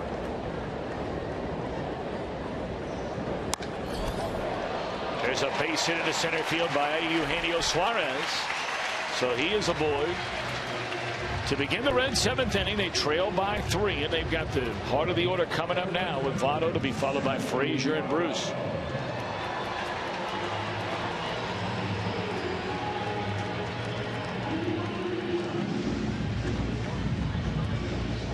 Ball hit very hard right back up the box. Chafin nearly flags it down, and so does the second baseman Aaron Hill.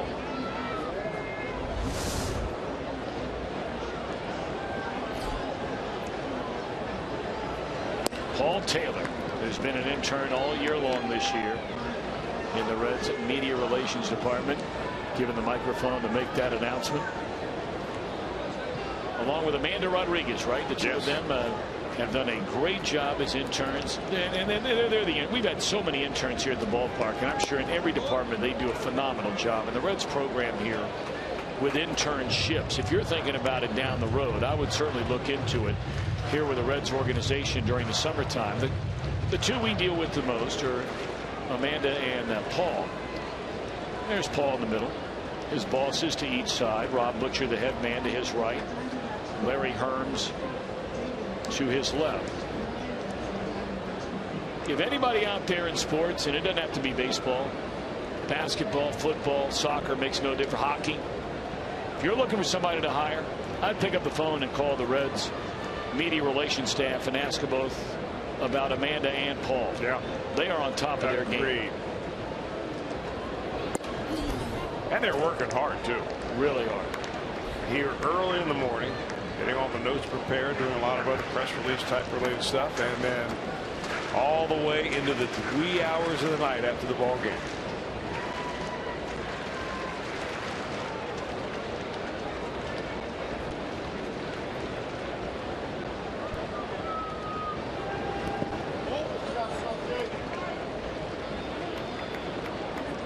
And they're doing it for about what you spend on gas and running those big cars around. That's right. That's exactly right.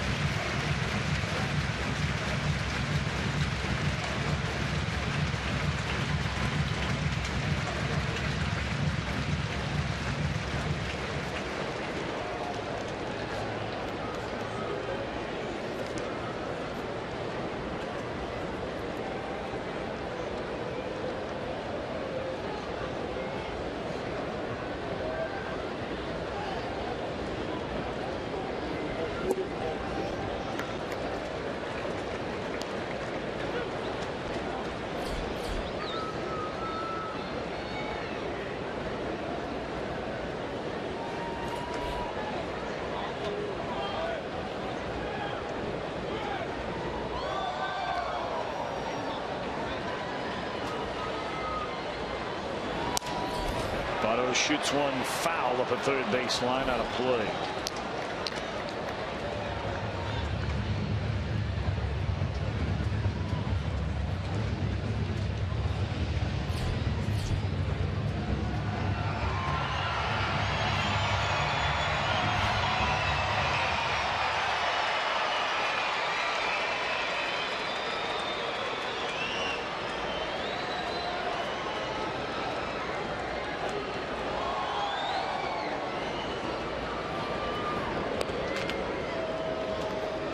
Three and two to count on Votto. Suarez a base hit to open up this 7th inning.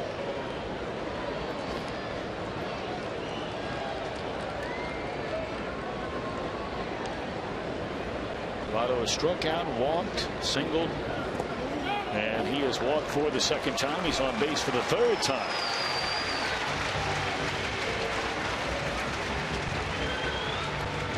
Every weeknight, don't miss MLB Whip Around on Fox Sports 1. Highlights, instant analysis, live look-ins around Major League Baseball. It's weeknights at 7 Eastern on Fox Sports 1, streaming live on Fox Sports Go.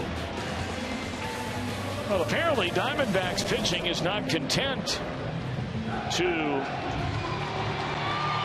enjoy leads very long. That was the story with Delgado.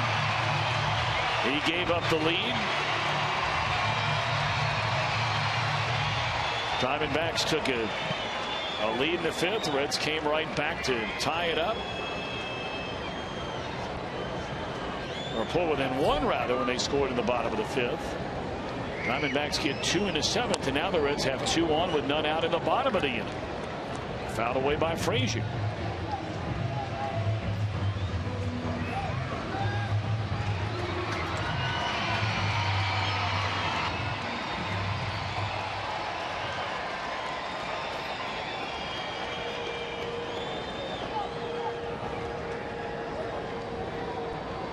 And 1 to Frazier.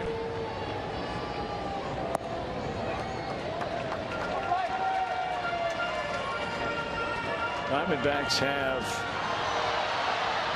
activity out in their bullpen. They have the right-hander David Hernandez getting loose. Now Chafin figures to stay in there through the next hitter at the minimum, one could assume, and Jay Bruce due up next. We'll see. Ooh, got away with one there. Young man's got a pretty good arm. He gets it up there to 95 miles an hour. Has a sharp breaking slider. Very tough on left-handers. In fact, a 174 batting average against lefties.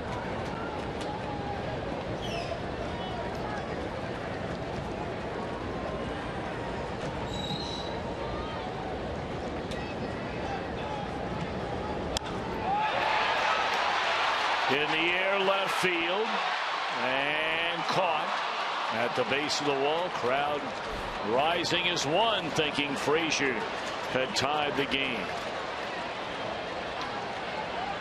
Well, I thought he hit that ball better than it ended up. I think maybe Andrew Chafin did too, hanging a slider right there. He's looking into the catcher thinking, well, I'm getting a brand new baseball back. But it dies right at the wall. Frazier knows he didn't get it perfectly.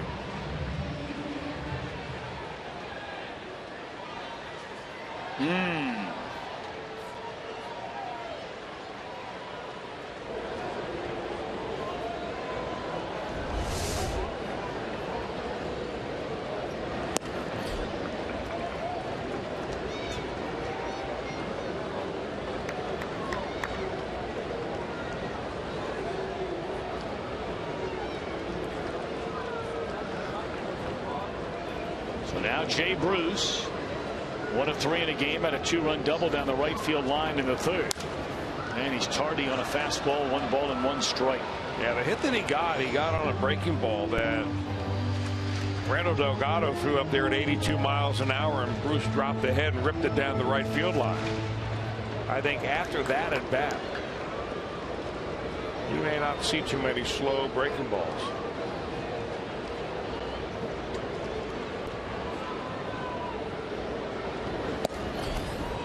Fastball perfectly placed on the outside corner there. Might see a slider here.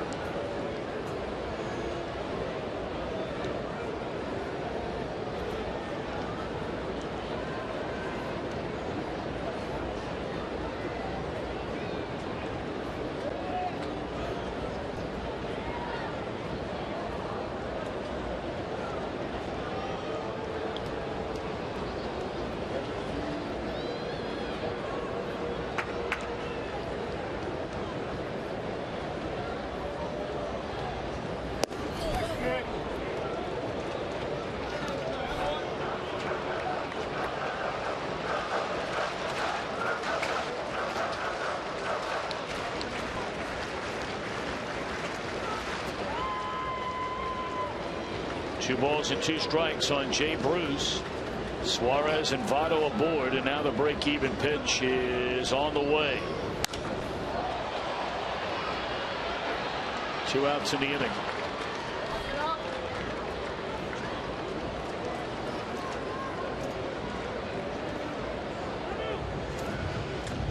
Now, Brennan Bosch was taken down, you may remember, as part of a double switch when Schumacher and Villarreal entered the game. Bosch with 2 RBIs tonight. So this is the pitcher spot coming up, and Jason Bourgeois is the announced pinch hitter. Bourgeois started the last 4 games after the injury to Billy Hamilton. He will not face Chafin. It will be Hernandez. 2 on, 2 out. We're in the 7th. We'll be back in a moment.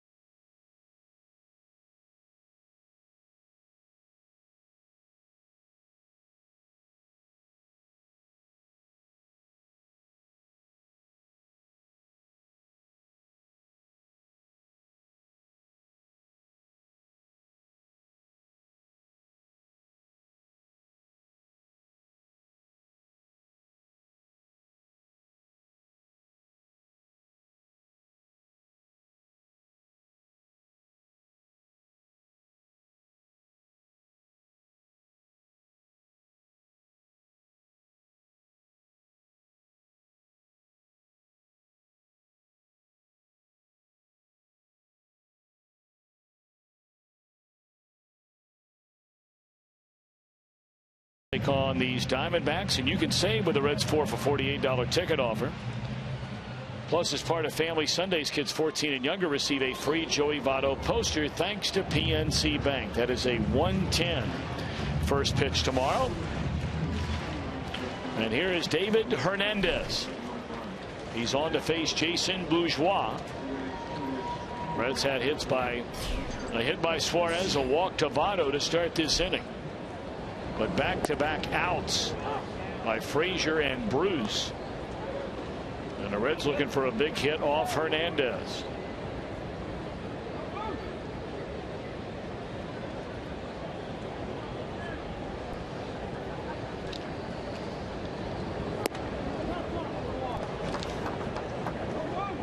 Bourgeois went 1 for 5 last night. He knocked in a run with a single. He had 2 hits, an RBI, 2 scored the night before that. Was on base 3 times the night before that. All of those in starts since the injury to Billy Hamilton.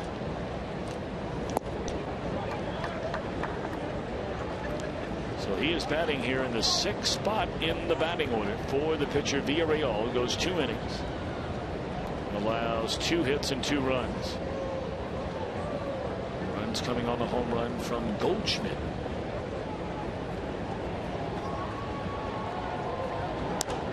Straight up in the air, and this will do it for the Reds more than likely in the 7th inning. And that's that. They strand 2 more. Off to the 8th. 8-5 Diamondbacks.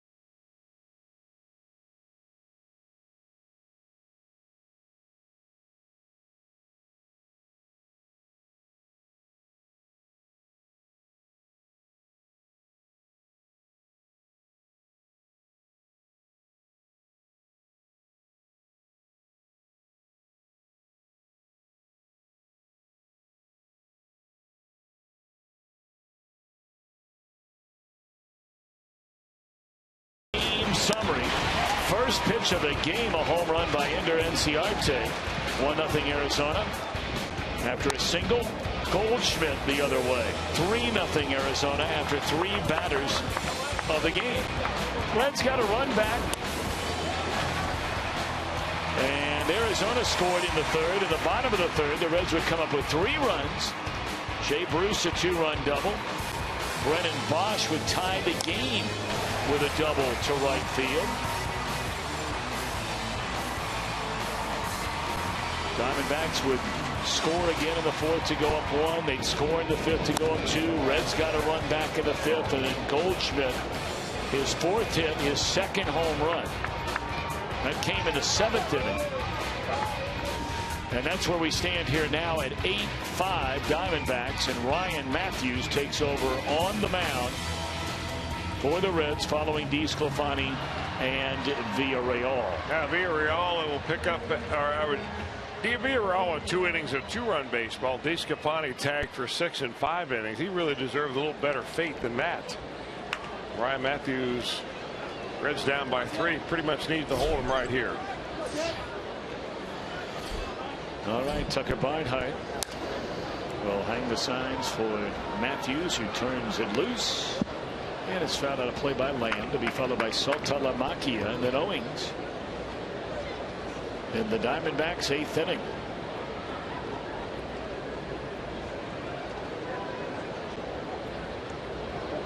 Teams have combined for 13 runs and 20 hits so far. Reds have left 7 on base.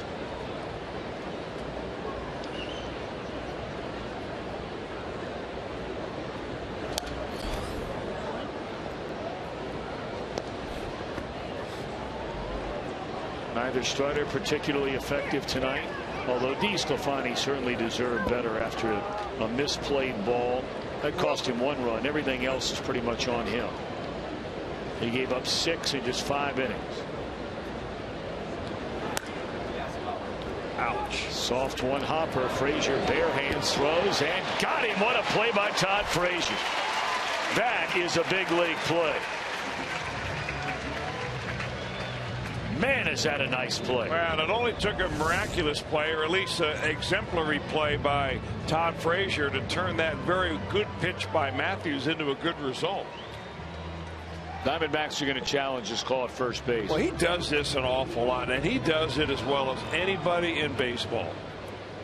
The bare hand while the ball is running. I mean, you got to watch that ball right into your hand.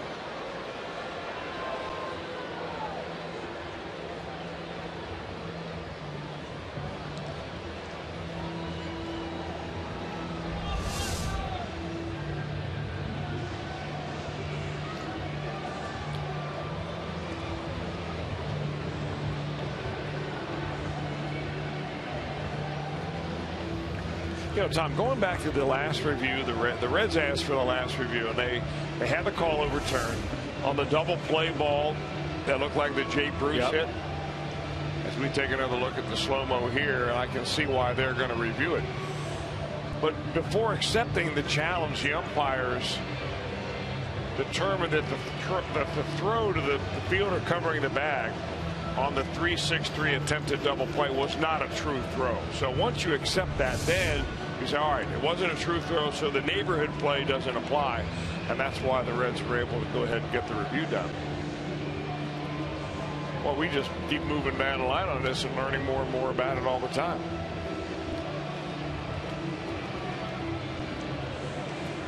Call is overturned. The call is safe at first base, and that looked like the right call. His foot appeared to hit the bag.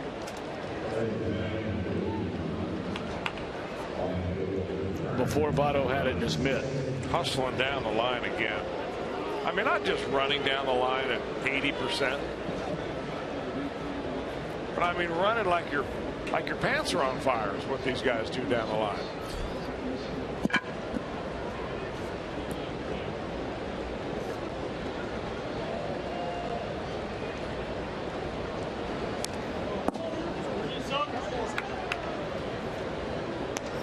Saltalamacchia is 1 for 3. He doubled and scored in the 4th inning.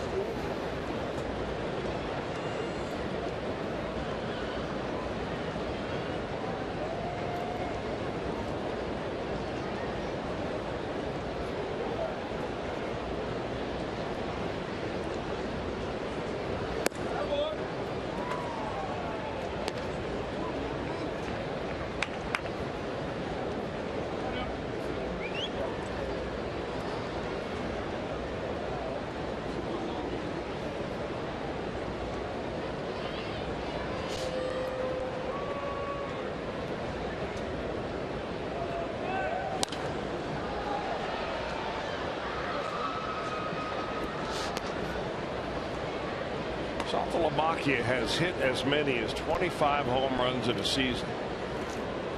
Did it 3 years ago when he was a member of the Red Sox. Came up with Atlanta. Played for Texas. 4 years in Boston. Parts of a couple of seasons in Miami.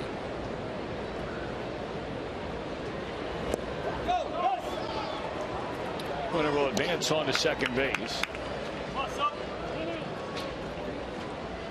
Nobody out in the Arizona 8th inning, and the Diamondbacks with an 8-5 lead.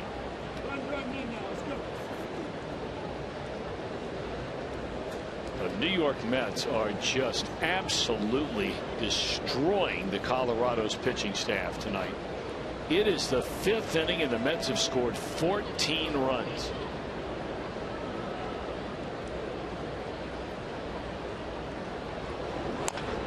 And the way they're going right now out in San Diego, and they started a long time after this one did. They're already in the 5th inning. Padres a 1-0 lead over the St. Louis Cardinals. Talked about the Mets winning. The Nationals also won their game, defeating Milwaukee tonight. So the Mets lead stays at 5. Look to the right side. We saw the Diamondbacks do this earlier in the game. And a runner at first. In that case, it was a stolen base. In this case, it was a wild pitch. Next batter hit a ground ball to the right side to advance him to third. The next batter had a sac fly to left. Great job, Salty. Great job.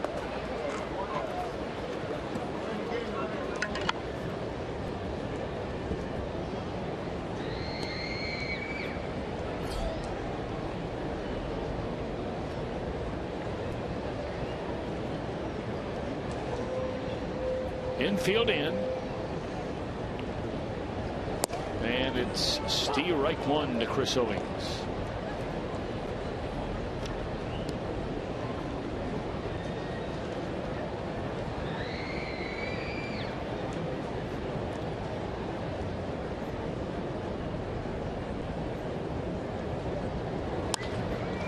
And there's a base hit into center field by Owings. It'll plate another run. It is 9-5 Diamondbacks. They have scored in all but one inning of this game here tonight. They sure take the pressure off their bullpen. 2 innings. I'm sorry, Chris. By playing add-on.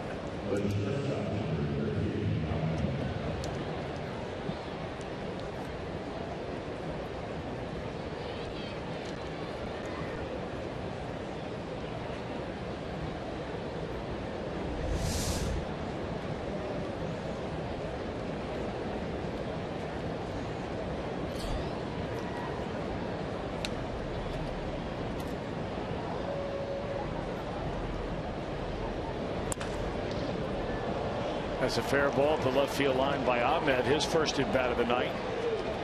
And it's a ground rule double. So they will have Owing stop at third base on a double by Nick Ahmed. Boy, this time, I mean, this Diamondback team is just wailing away on Reds pitching. You know, it's kind of interesting. Jim Day has such a network of people that are able to contact him. And one fellow that contacted him tonight, a former major league pitcher, asked to relay a message to me. A teammate of Tony Perez, Fred Norman. Oh, man, what a great guy. Oh, you're not kidding about that. And just wanted to say, hey, you know, he's watching from California. Here he comes. Yep. That'll be a wild pitch. It'll score a run, advance the other runner on to third. It is 10-5.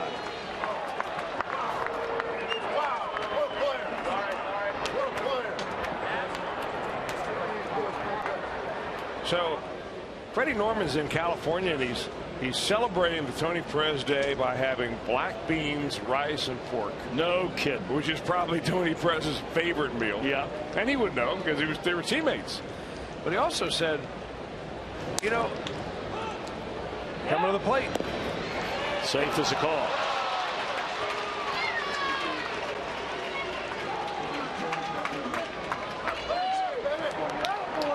But he wanted to make a baseball point, too.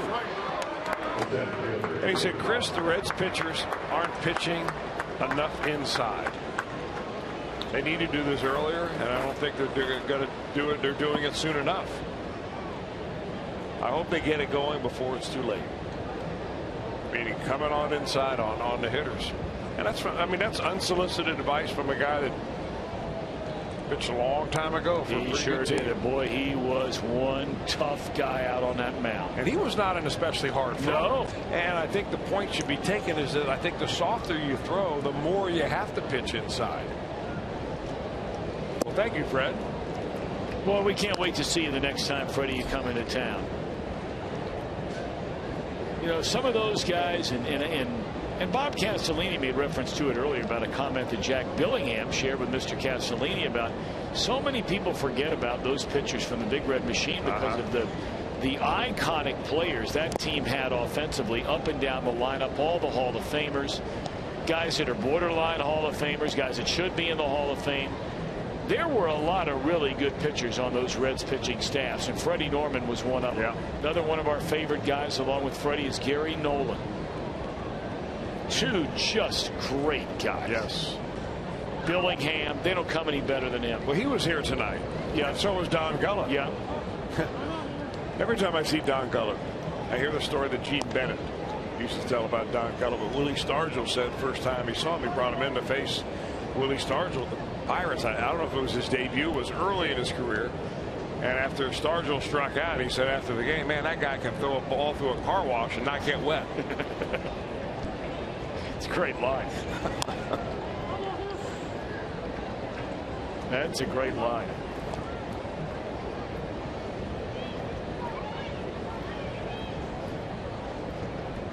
Well, Freddie Norman, thank you. So nice to hear from you. Well, Jim Day's a big leaguer. Got connections everywhere. No, but you know, he thought I was kidding around with him earlier. I think he thought I was kidding around, and I wasn't. There's another base hit by Pollock. Has Pollock reached 15 hits in this series yet? I'm almost not saying that tongue in cheek. He had 4 hits in the first game. He had 4 hits in the second game. He has 3 hits tonight.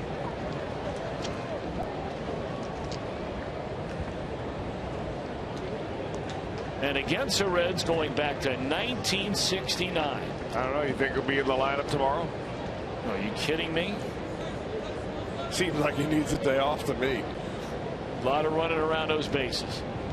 How about that? Since divisional play began, Pollock is 1 hit shy of tying the Hall of Famer, the late great Hall of Famer Tony Gwynn, for the most hits in a single series ever against the Cincinnati Reds.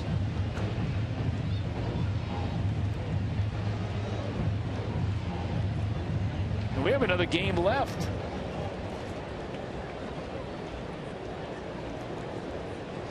No, but you know, with Jim Day there for a minute, is with Jim doing all the, you know, a lot of great feature work and that kind of thing. Brian Giesenslaw and Jeff Pecoro do the same kinds of things. A lot of great feature pieces where they get to really sit down and spend time, whether it's at Reds Fest or the Reds Hall of Fame induction or some of the big events in and around Reds baseball over the calendar year. They spend a lot of time with these guys. Jay Bruce sets a nice sliding play. Real nice play.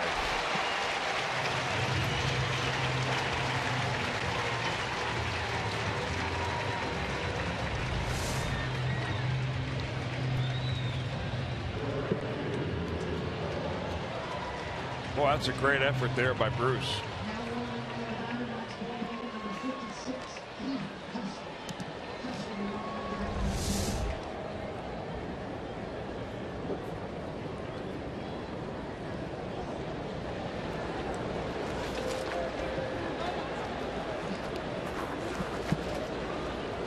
David Peralta, the batter. Diamondbacks have scored 3 times here in the 8th inning.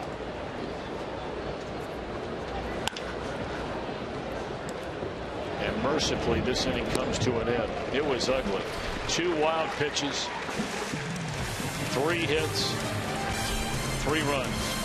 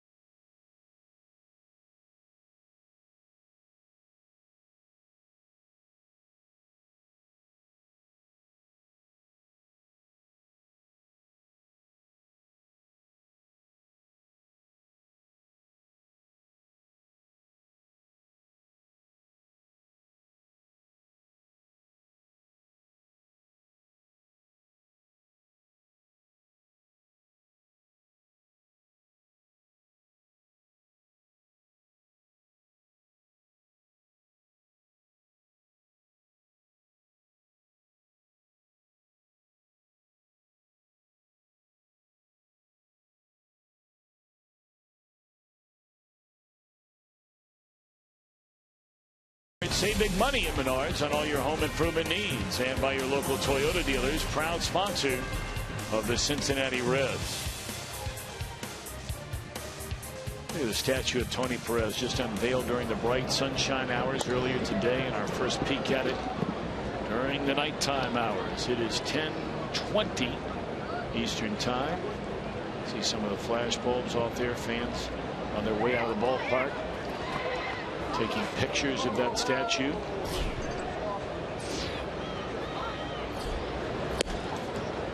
Reds were once tied in this game at 4-4. Diamondbacks went ahead 6-4. Reds made it 6-5 with a run in the 5th. Arizona has scored 5 unanswered runs since then. And an 11-5 lead as the Reds bat here in the bottom of the 8th.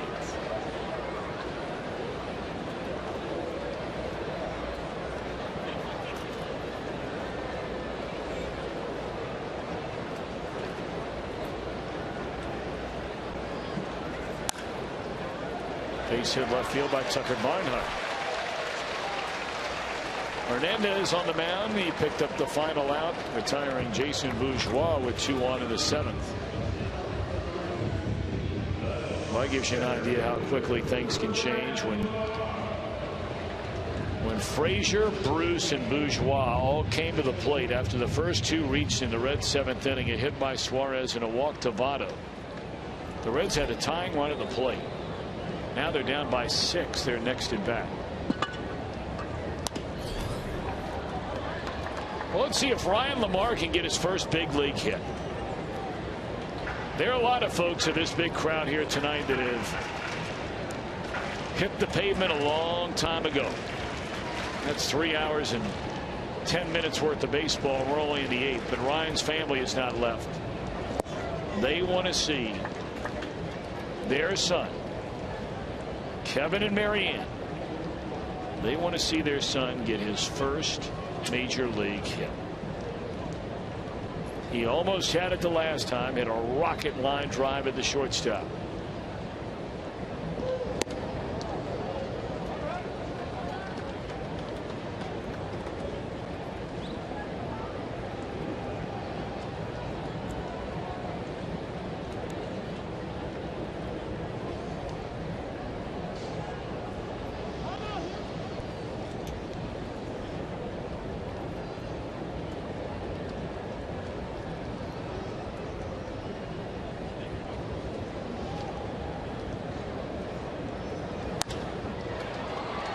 Foul out of play.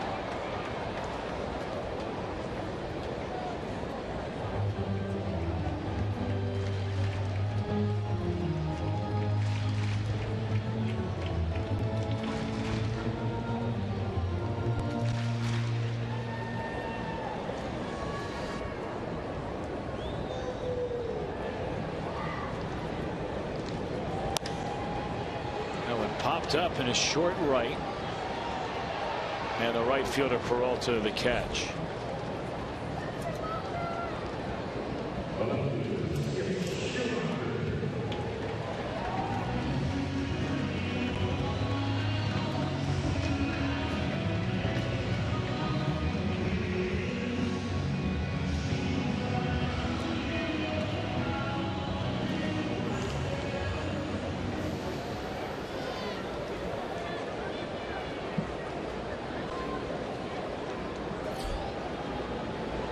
Skip Schumacher.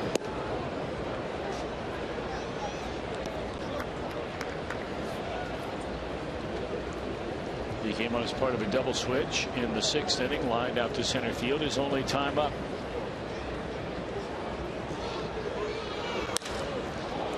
And this time a line drive to center will find the hole.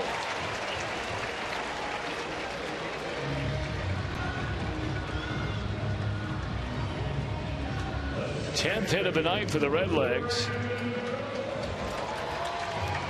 2 on here in the 8th inning with 1 out. And Brandon Phillips, the batter.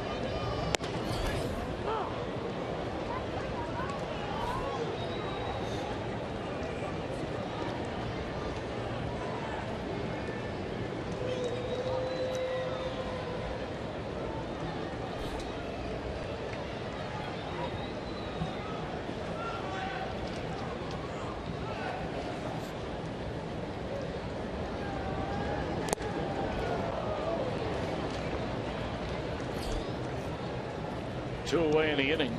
And Suarez coming up. We invite you to get ready for Reds action 30 minutes before the start of every game with the Reds live on Fox Sports Ohio. It's presented by Ray St. Clair Roofing.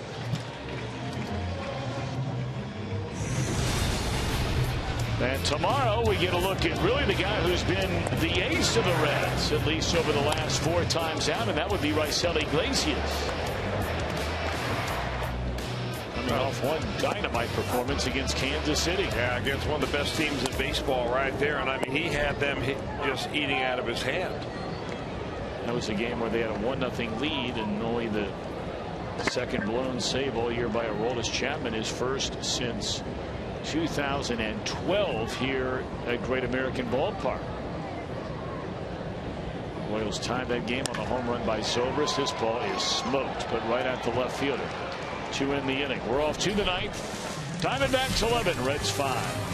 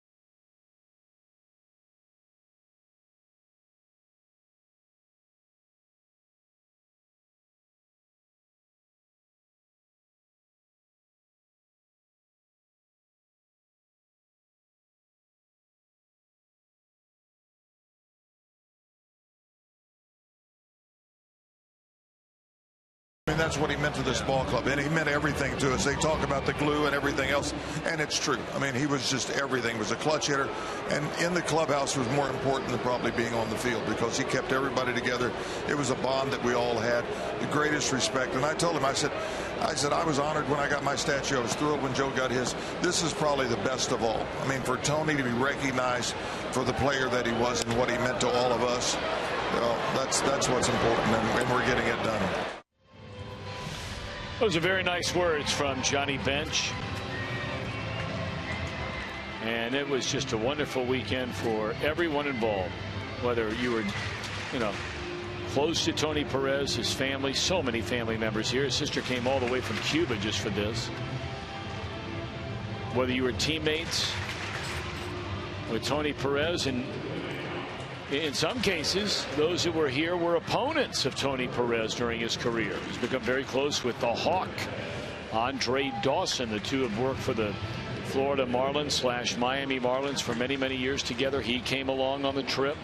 Or whether you were just a fan who followed Tony Perez during his Hall of Fame career, everyone was able to enjoy last night and again tonight.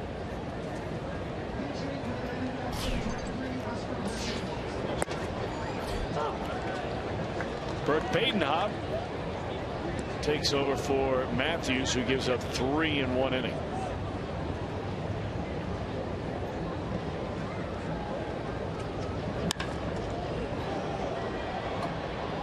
Hernandez, his first at bat of the series, a fly ball to left, 1 out. Badenhop hung with a loss the opening game of this series. That's when he was asked to come on in the 8th inning. When we later found out Aroldis Chapman was unavailable, they were saving J.J. Hoover for the 9th. And Badenhop gave up a couple of runs.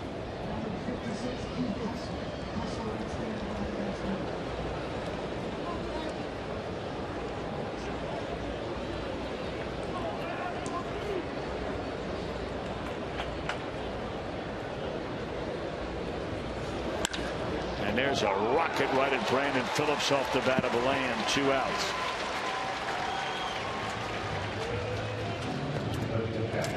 Well, that was Jared Saltalamacchia, who had somewhat of a connection with Ryan Pena. It was back in 2007 when Saltalamacchia made his major league debut for the Braves. Pena was a backup catcher to Brian McCann. So McCann starts the game, gets injured, has to leave. Brian Pena is also injured by one of the batter's bats. He got hit in the back of the head, so that's when Saltalamacchia came off the bench to make his major league debut. And by making his major league debut with 14 letters in his last name, became a major leaguer with the longest last name in major league history. Well, you better be broad. And he is. Well, how would you like to be him at an autograph show? Good question. I mean, that's almost as bad as Franchester Brenneman. Franchester Martin Brennan Jr. Ooh. Return. HOF underneath it. No wonder he charges so much. Takes him a half hour to write it out. He's not alone. Yeah, there's big autograph shows tomorrow.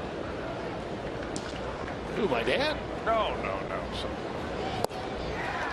local players. 1-2-3 inning.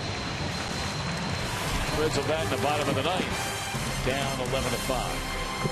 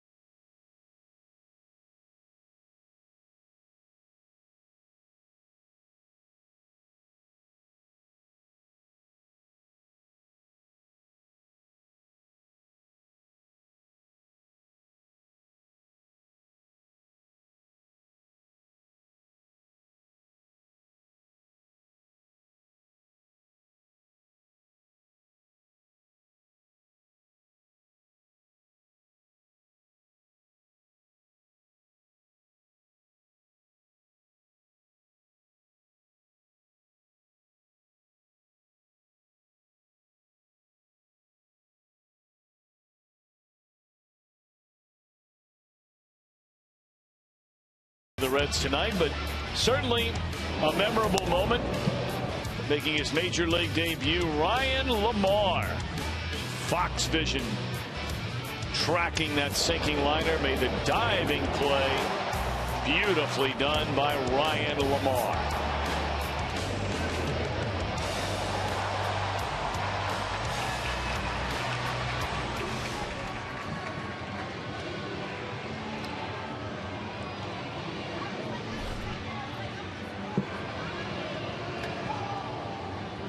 Ryan's mom and dad, his sisters, his girlfriend, making the drive down from Jackson, Michigan. The Reds and Fox Sports Ohio would like to wish a very special happy birthday to Bill Deem of Sydney, Ohio. Bill, we thank you for your service. A World War II veteran, Bill Deem of Sydney, Ohio, flew a mission over Normandy on D-Day. Wow. Celebrates his 93rd birthday today. Happy birthday. God bless you, Bill, and thank you so much for your service. The greatest generation.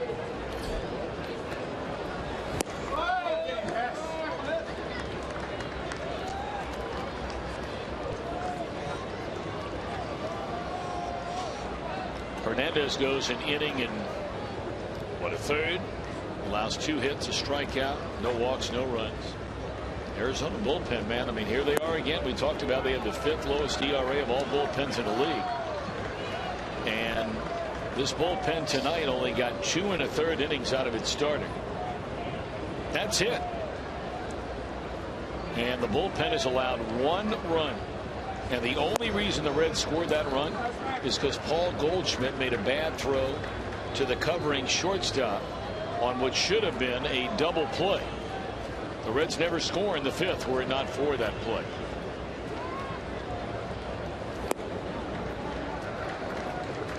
So Hessler, the left-hander, on to pitch tonight.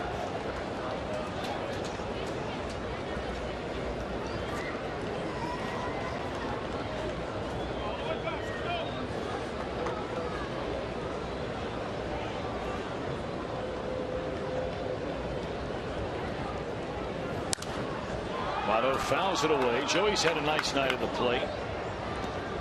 He struck out, walked and scored, singled and scored, and walked again.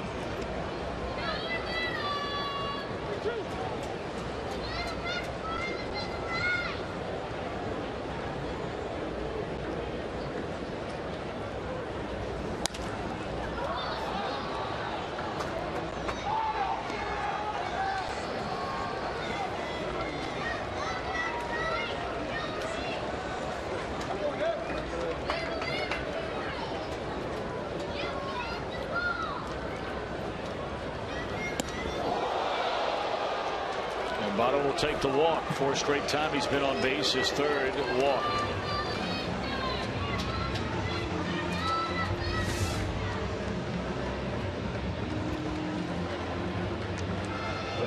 That's a 92-mile-per-hour fastball up around your coconut.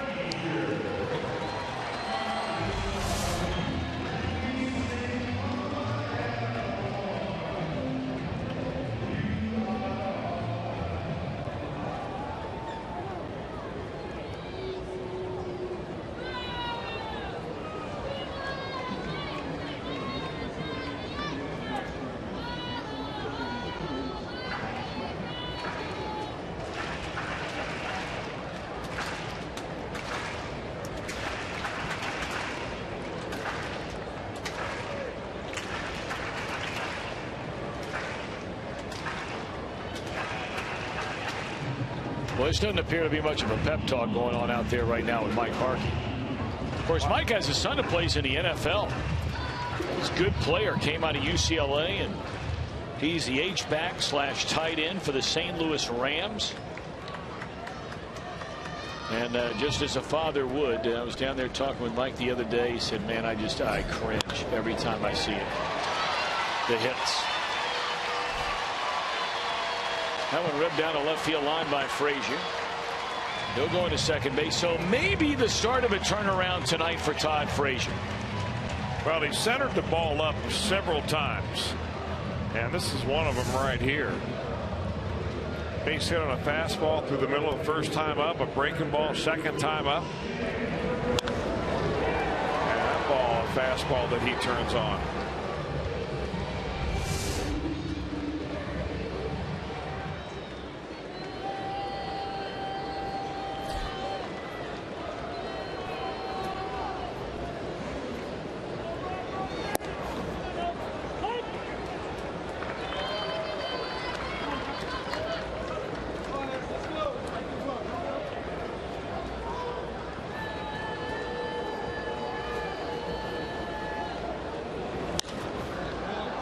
Jay Bruce pops it up. Left fielder Inciarte. I tell you, the more you watch Inciarte, now Pollock, I mean, it's easy to get excited about him when you're having the kind of series he's having. Sure. But this Inciarte, there's a lot to like watching him play. Guy seems like he's everywhere. Yeah. You may remember the only reason he was brought to the major leagues last year, and we were there, when Johnny Cueto hit A.J. Pollock on the hand and broke his hand, and the next night they brought Inciarte to the major leagues to take his spot on the roster. And all of a sudden, it appears they have found themselves a player.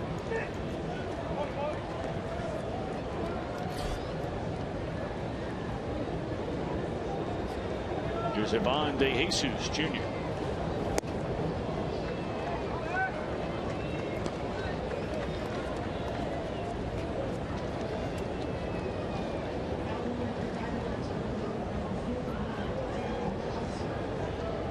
Diamondbacks are going to get a right-hander up, even with a 6-run lead and 1 out here in the 9th inning. They have Daniel Hudson throwing.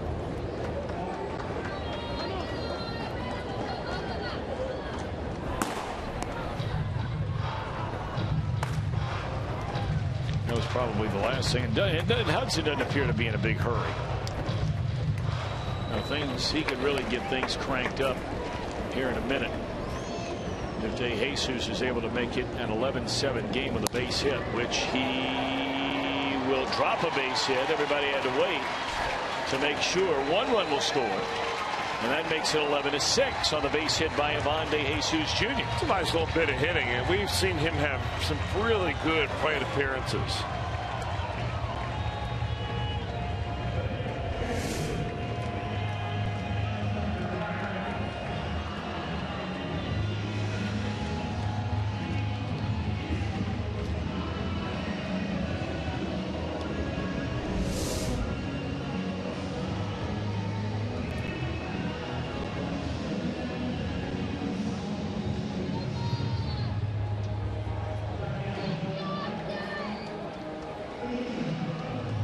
At this point, you're wondering how long is the leash on Hessler. You know, managers just never seem to relax, do they? I mean, here he's got a 5-run lead now. Still pacing down there.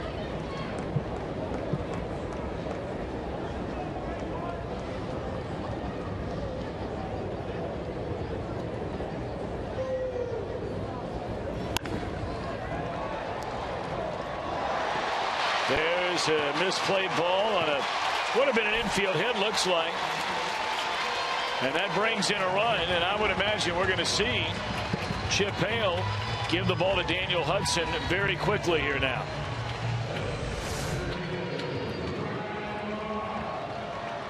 This will be an infield hit all the way. Well, if Ahmed is able to handle that ball, they've got a chance to get him at second base. Not a double play ball, but he's usually as sure as anything on balls that he's able to get to.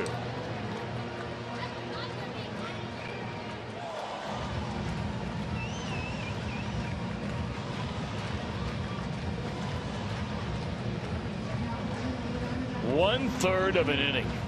It started with a walk. 3 hits later, out goes Hessler. In comes Daniel Hudson. And this is a save situation with a tying run in the on-deck circle.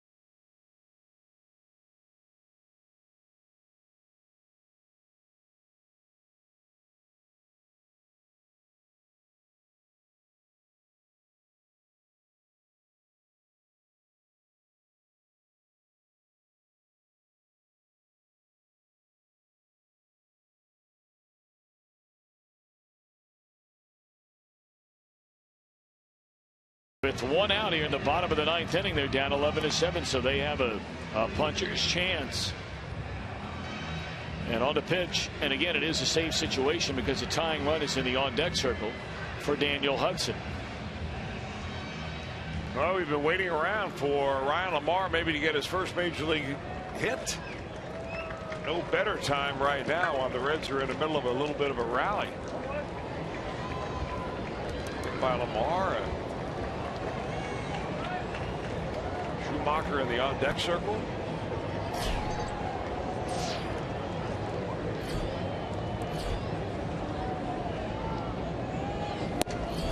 Fastball on the outside corner. Strike one on Ryan Lamar. Yeah, a little bit firmer stuff Lamar is seeing in this at bat.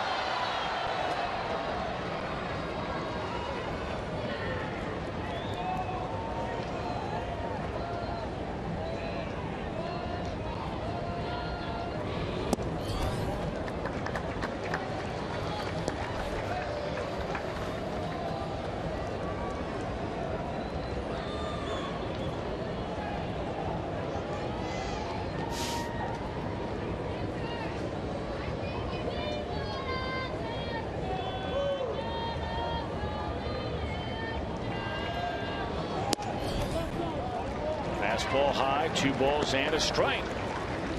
If Lamar can find a way to reach base, the Reds have a chance for the tying run to come to the plate here in the bottom of the 9th inning.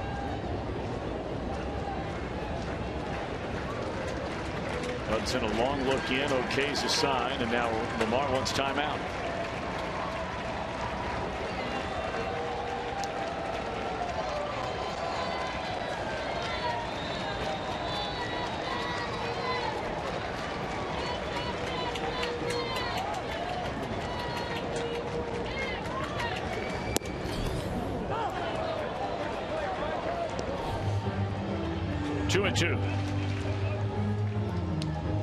Well, Mom and Dad have sat through so many thousands of games, and they're still sitting, and tonight looks like Dad's moved again, as we suspected he might.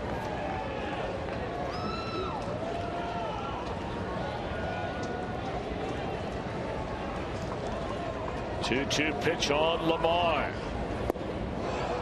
2 outs in the inning.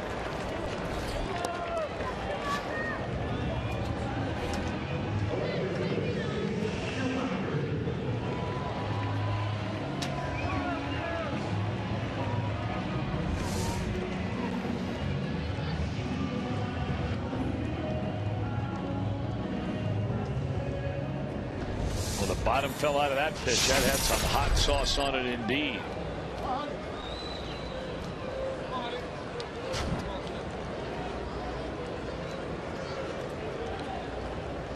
Now Schumacher. Reds down to their final out.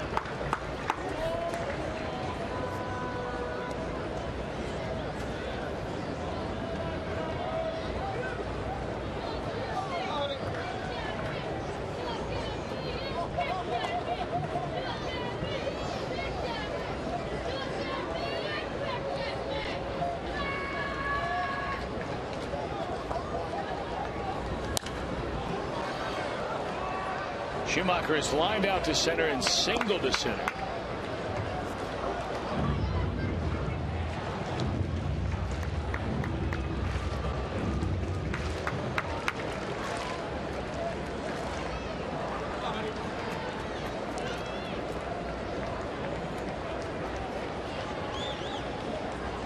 One and one to count on Schumacher. And that's the old ball game. The Reds losing streak now goes to 8 in a row. 8 in a row. 11-7 the final. Reds Live coming up next. Final game of the series is tomorrow.